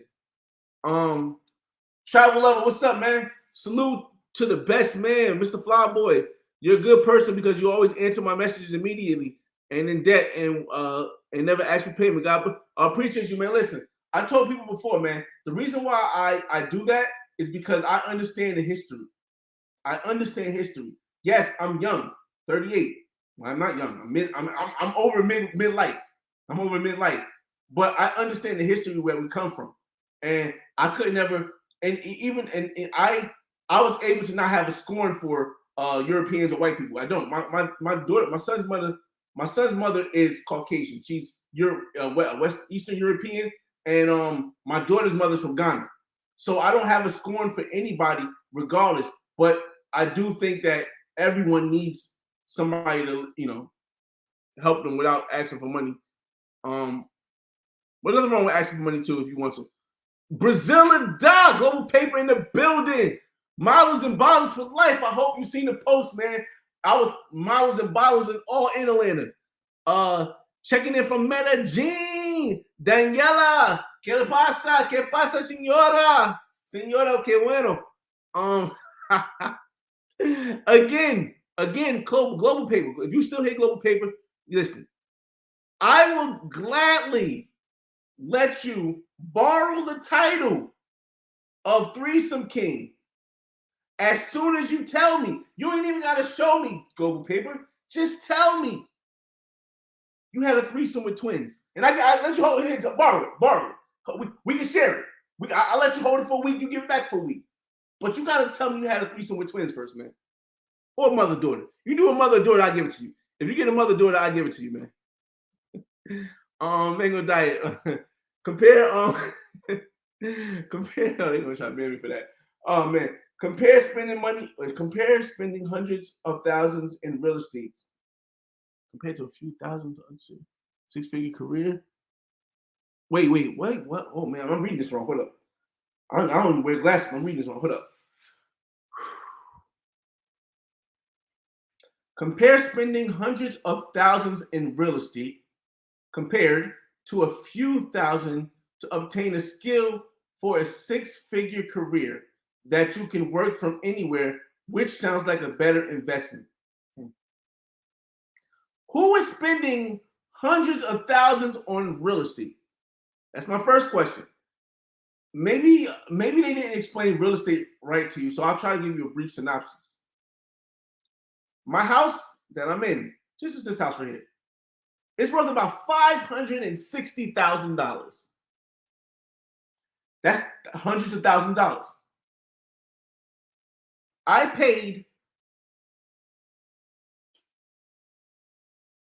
put down $40,000. I put down $40,000, right? I didn't pay $500. I put $40,000 to have control of $560,000 property. I then refinanced the house. I took $50,000 out of the refinance. Refinance when you get a better rate, they give you money back because the house is worth more. So that 40 I put in, not only did I get that back, but I got another 10,000 back. My rent that I collect from my tenants pays for the house. Who's paying hundreds of thousands of dollars? Not I, said the cat. Versus if I go to school, it's going to take you talk about $100,000 a year? Okay, six-figure? Okay. It's going to take 6 years at least. You got to have a master's degree. It's going to take at least 6 years for you to go to school, get your bachelor's and your master's, and then get an entry-level job. For 5 years, you're not going to make $100,000. After that 5th year, you'll make $100,000. So now you're 6 years plus 5, that's 11 years.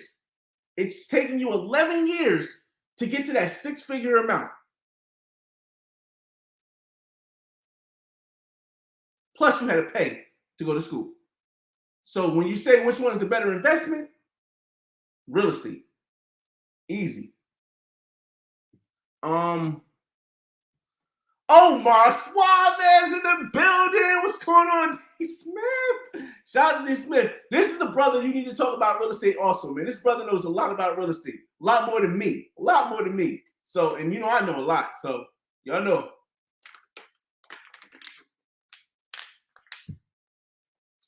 Let's see. T-Bone, what's going on, man? Salute. All right, we got about 20 more minutes left. Get your questions in. questions about anything. We got 20 minutes left, and then I'm signing out. I did a whole nother hour on top of the hour I normally do because I really wanted to get into this designing your life. Again, for the 42 people that's coming in right now, I want to play this again because it's so important that you guys know 50 years old is not middle age. 50 years old is not middle age. What is middle age? Let's hear it. 50 is not middle age, approximately 35 to 40 is. The average life expectancy for an average person is between 70 to 80 years. Very few people live to be 100.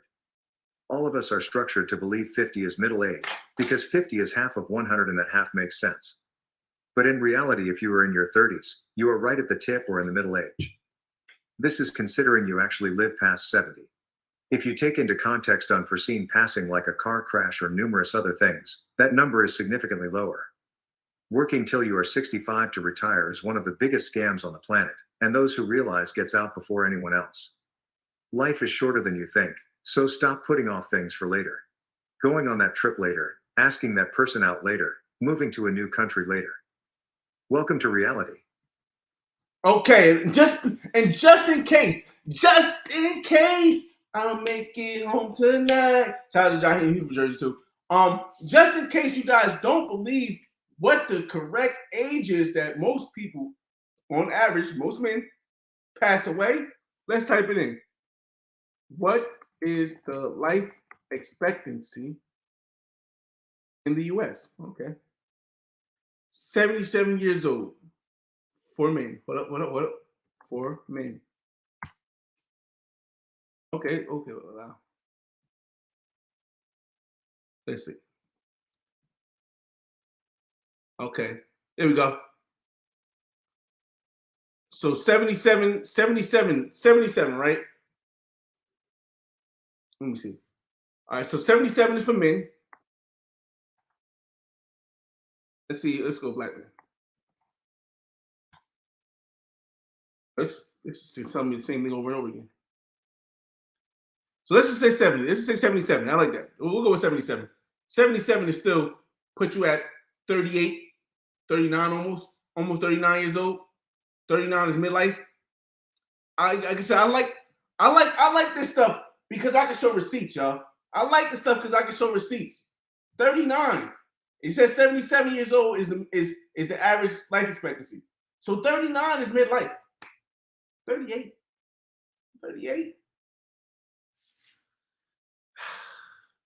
Love life. I lived a good life. It's a good life. Fala Portuguese is very necessary. Speaking Portuguese is very necessary. How's the property in Mexico? Did you ever go through with the purchase? No, I wasn't able to go through with the purchase because, drum roll, interest rates skyrocketed in 2022. Skyrocketed. Bro, I have about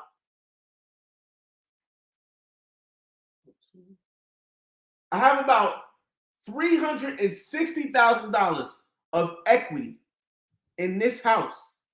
I could not touch at all because this interest rate is a 3.6 and it shot up to 7 in like a couple of months, like 6 or 7 months. It went from 3.6 to 7. So I couldn't take any money out to go buy my place in Mexico. It's not even a rush though. So it was cool. I really wanted it. I really wanted to, but it's cool. I do still plan to do it unless I have a kid in Colombia.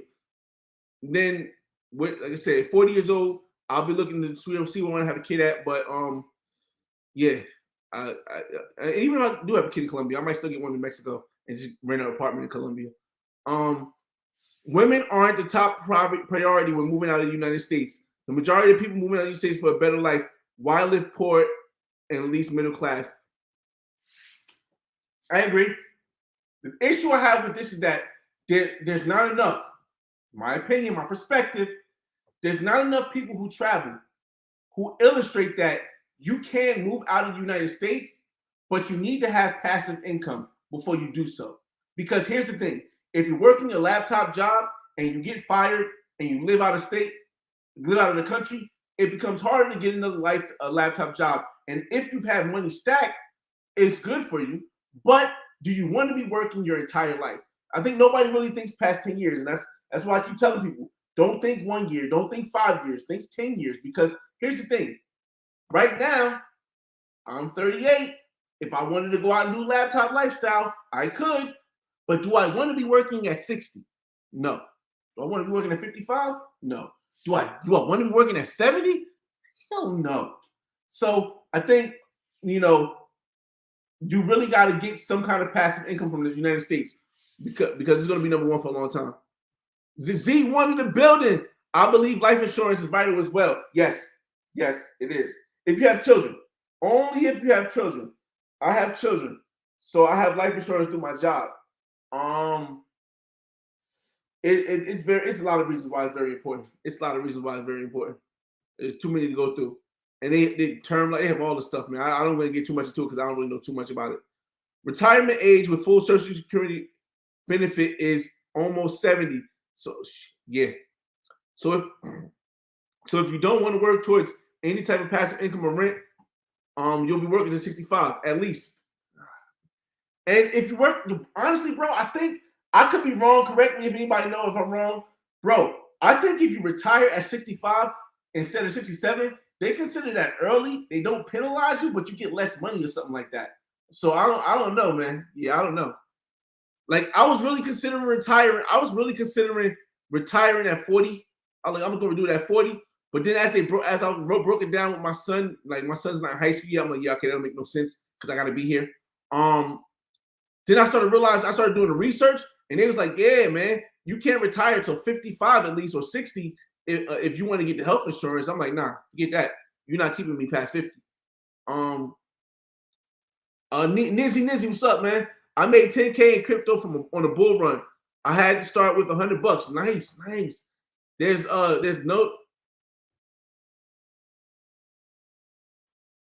guess you meant to say there's money to be made in crypto. It's legit. Like I said, to each their own. And where I'm at in life, I don't deal with that risk. I'm on a different stroke.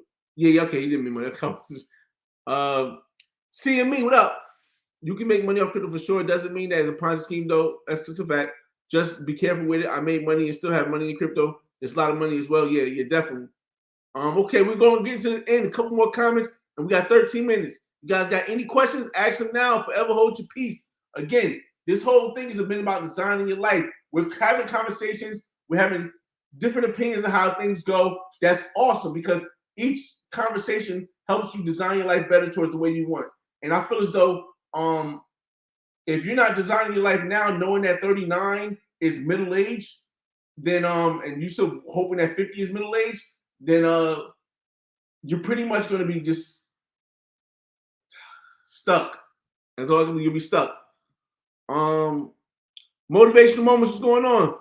Appreciate it. Put your content on the table. hey, I can't put the twins out there, but boy. I'm a veteran. Listen, I mean, now being a veteran now, being in going to be a veteran now isn't to me as beneficial as it was when I was growing up. When I was growing up, if you were a veteran, that was, listen, you was able. I know a lot of people who was veterans who either retiring now or retired like 5 years ago, and they're getting banked. So yeah, that was definitely a thing, man. He said, I bought 2 houses and let down less than 10,000 exactly in total. I had to pay closing costs. Yeah, you got that. See, veterans also got that VA thing. That's still possible, but the issue with veterans now, with going, I'm not veterans, with going to the services now, is that they want you to stay longer. Like before, you could go for 20 years. Now you got to do 25 to 30, I believe. So I don't know. I didn't do it simply because I had a different idea plan, and plus I was the only child from my mother, so I know my mother's situation. I wouldn't have been able to really live with that if something would happen. If I would have got hurt or something, and I would have had to rely on her, or she would have had to watch me, I would have felt good with that. So, but Yeah, man, that was a smart idea, bro. He is confused. It's okay. I think a lot of us are confused. That's why I say I don't really blame people or look down on people because again, I keep telling a lot of people don't know the significance of not being able to read or write. There's a big, significant issue when generations of your family was not able to read or write. Because now you don't understand the laws because you wasn't taught to read. And then when you were taught to read, they never taught you the laws. So when you break the laws and you get punished, it's like, duh, you never taught me how to read the laws. So of course I'm going to break them. So I don't blame people as much. I do give less leeway now because the internet is here. We're living in an internet age. So now it's more of a desire of not wanting to educate yourself, whether on the past of research or on something like this that can help you move to the future. I do give less leeway because the internet is here. It's here. It's here. All right, I'm about to send a link for Omar Suarez since we got in the last couple minutes and stuff. Let me see. One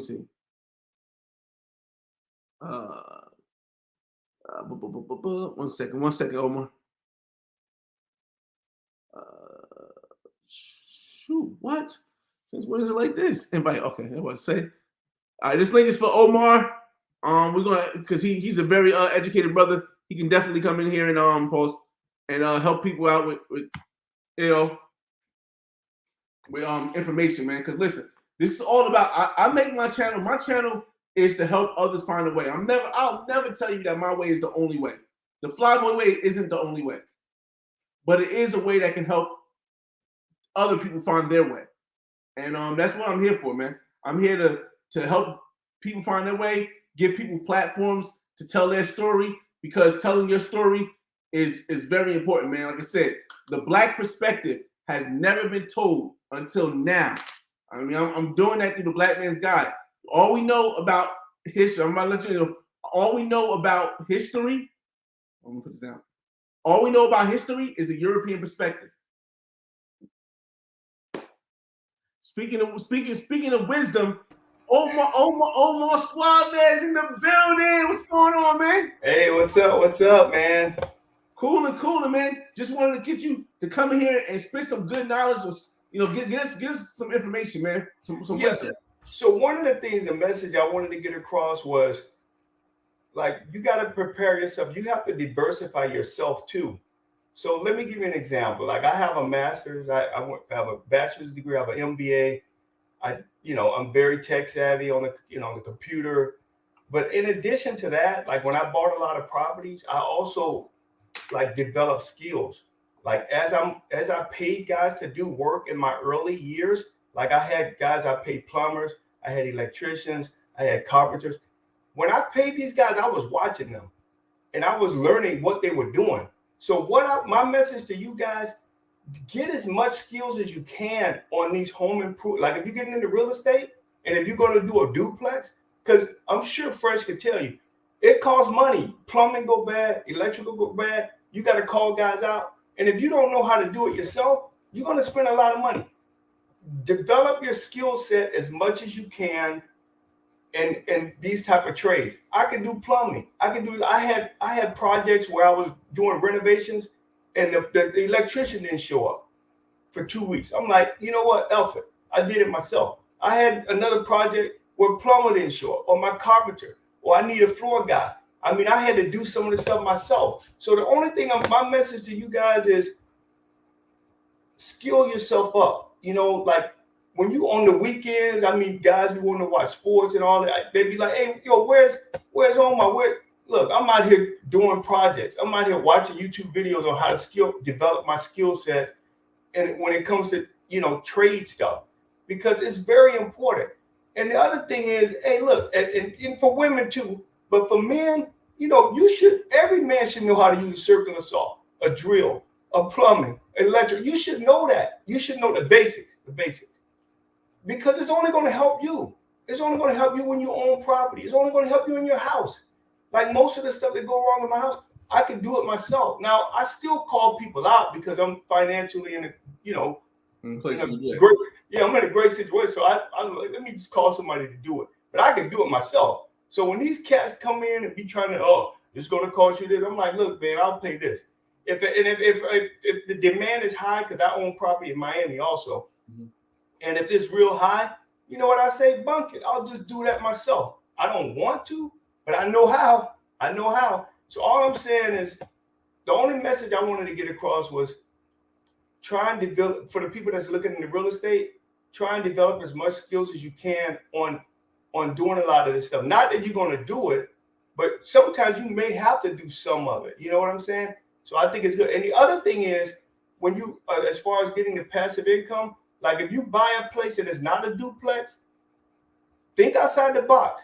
I got a sister that lives in Miami and she got a house down there. And I've been telling her, she still didn't take my advice. Like she has a little shed in the back. And I've been telling her, renovate that thing out. Put a bathroom in it, renovate it out. You could rent that out. I told you, I've been telling her, because she hadn't done it yet, but whatever. But the point I'm getting to you guys is, if you are buying an investment or you are looking to buy something, and if you don't see that there's a duplex right now, just look at the potential. Walk around, say, you know what, man, maybe I could add a room here. Maybe I could add, or if it's got a part room, let me add a bathroom to that. Then I could rent it out and I can have my passive income. So just keep that in mind. That's the only message I wanted to give, that I wanted to share with all, everybody on the. Man, that was perfect, because that actually made me think about, even if somehow you don't learn how, you should still try to pick up things when you see people. It is very crucial that you have your people who you rely on, as far as, even if you're learning from them as they're doing the plumbing, make sure you have a plumber and a backup plumber. Make sure you have an electrician and a backup electrician. And make sure you have a general contractor or somebody who do all the fixing work as far as everything, who can order people, because the bond you build with these people, and even if you don't have a major job, maybe call them to keep them around, because the bond you build with these people will keep your house together. Yeah, absolutely. And the other thing is, sometimes you have to have a backup to the backup to the back, because the way the market has been lately, like I had guys I had go-to guys for years, and they graduate too. Now I called them up. They be like, "Hey, Omar, man, look, that was 5 years. That was 5 years ago, man. I'm high rolling. I can't roll with you no more, man. I'm into the big bucks. So then I got to get a whole nother crew of young guys or young entrepreneurs to come out and do my, to come out and help me with my renovation. I'll be brief. About 3 months ago, I did another renovation, and I ran out of guys. I went to Home Depot, picked up some, and I'm fortunate enough, I know how to speak Spanish too. I picked up some guys, and I still got 2 of the guys I picked up. I got doing projects, helping me out with different stuff.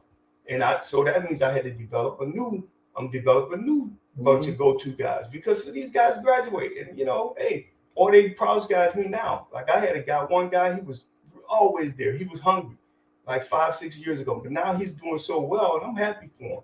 But I can't afford him, because he's like, look, Omar, you helped me get started, but now, man, I charge double what I'm charging you. I can't, my time is money. So I'm like, I get it, man. I get it. Do your thing. God bless. So that's the only message I wanted to say. Well, since we get ready to bring this to the end, I see everybody got to all the questions. I want you, before you go, I want you to give people some insight, because you designed your life amazingly. Maybe you can give some people some insight of things you've learned along the way that helped you design the life that you want to live, and what they might be able to do.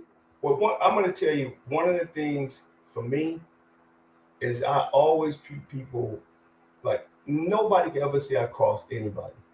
Nobody could ever say, hey, this guy don't pay. He stuffed me, or everybody that's worked for me say, I love working for Omar. He paid up front, or I pay when the job is done. Like I promise I'm going to pay. I'm a man of my word. And you'll be surprised, man. Because 3, 4, 5 years from now, if you screw somebody up 5 years later, they remember. I've never had that happen. But on the flip side, people remember me like 3, 4, 5 years ago. Hey man, I remember I did work for that dude. He paid on time. He was always fair to people. I still have guys, old contractors that I run into. They still like, hey man, you were always, I don't even remember some of them. They're like, man, you know, you were fair to me, man. And I remember that. You know, when I first started out, or so my thing is I treat people with respect.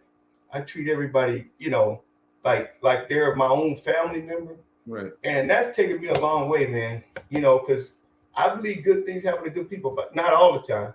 Because some bad things happen to good people. Yeah. But I just like to live like I want to be good, and hopefully good things. For me, it's paid off, but I know no guarantees.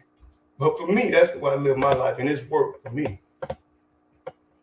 Exactly, man. Well, I appreciate you for coming up, Omar, man. I'm about to end this out here. So I hope next time you come back up, because like I said, a lot of times when you come up, you'll bring a different aspect, a wiser, older aspect that I may not even know that it helps other people out. All right. Yeah, anything I can do to help, man. I love what you're doing. You know, and we need more of this. We need people to, you know, like older people like me who can give experiences, because that's all I have. More, the only thing I have over you, Fresh, is experience. I got more because I'm older. You know, that's the only thing I have on you. I just got more experience, and that's huge because I've got more life stuff, man.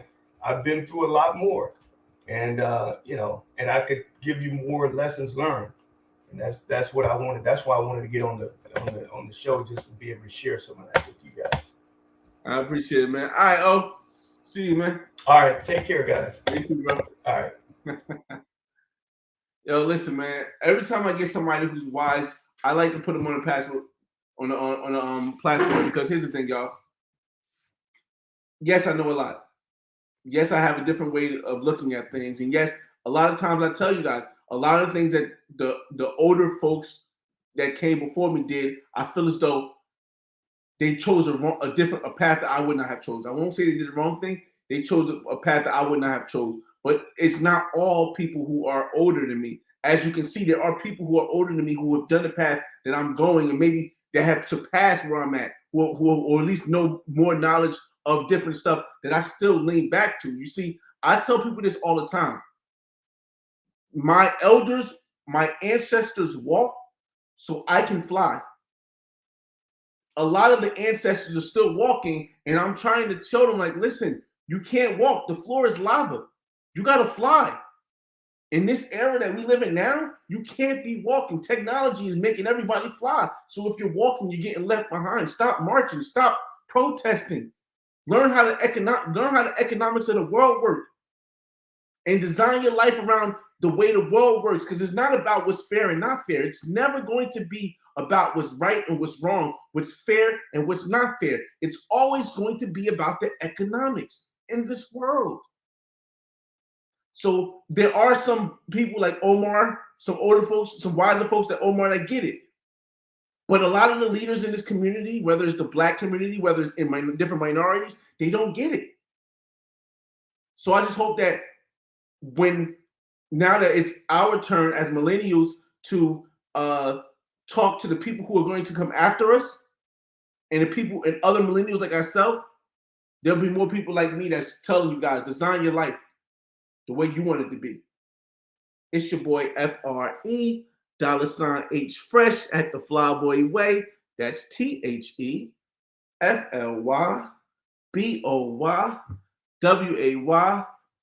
Don't ask why. Just check out the channel, and I'll see you on the next video. Peace.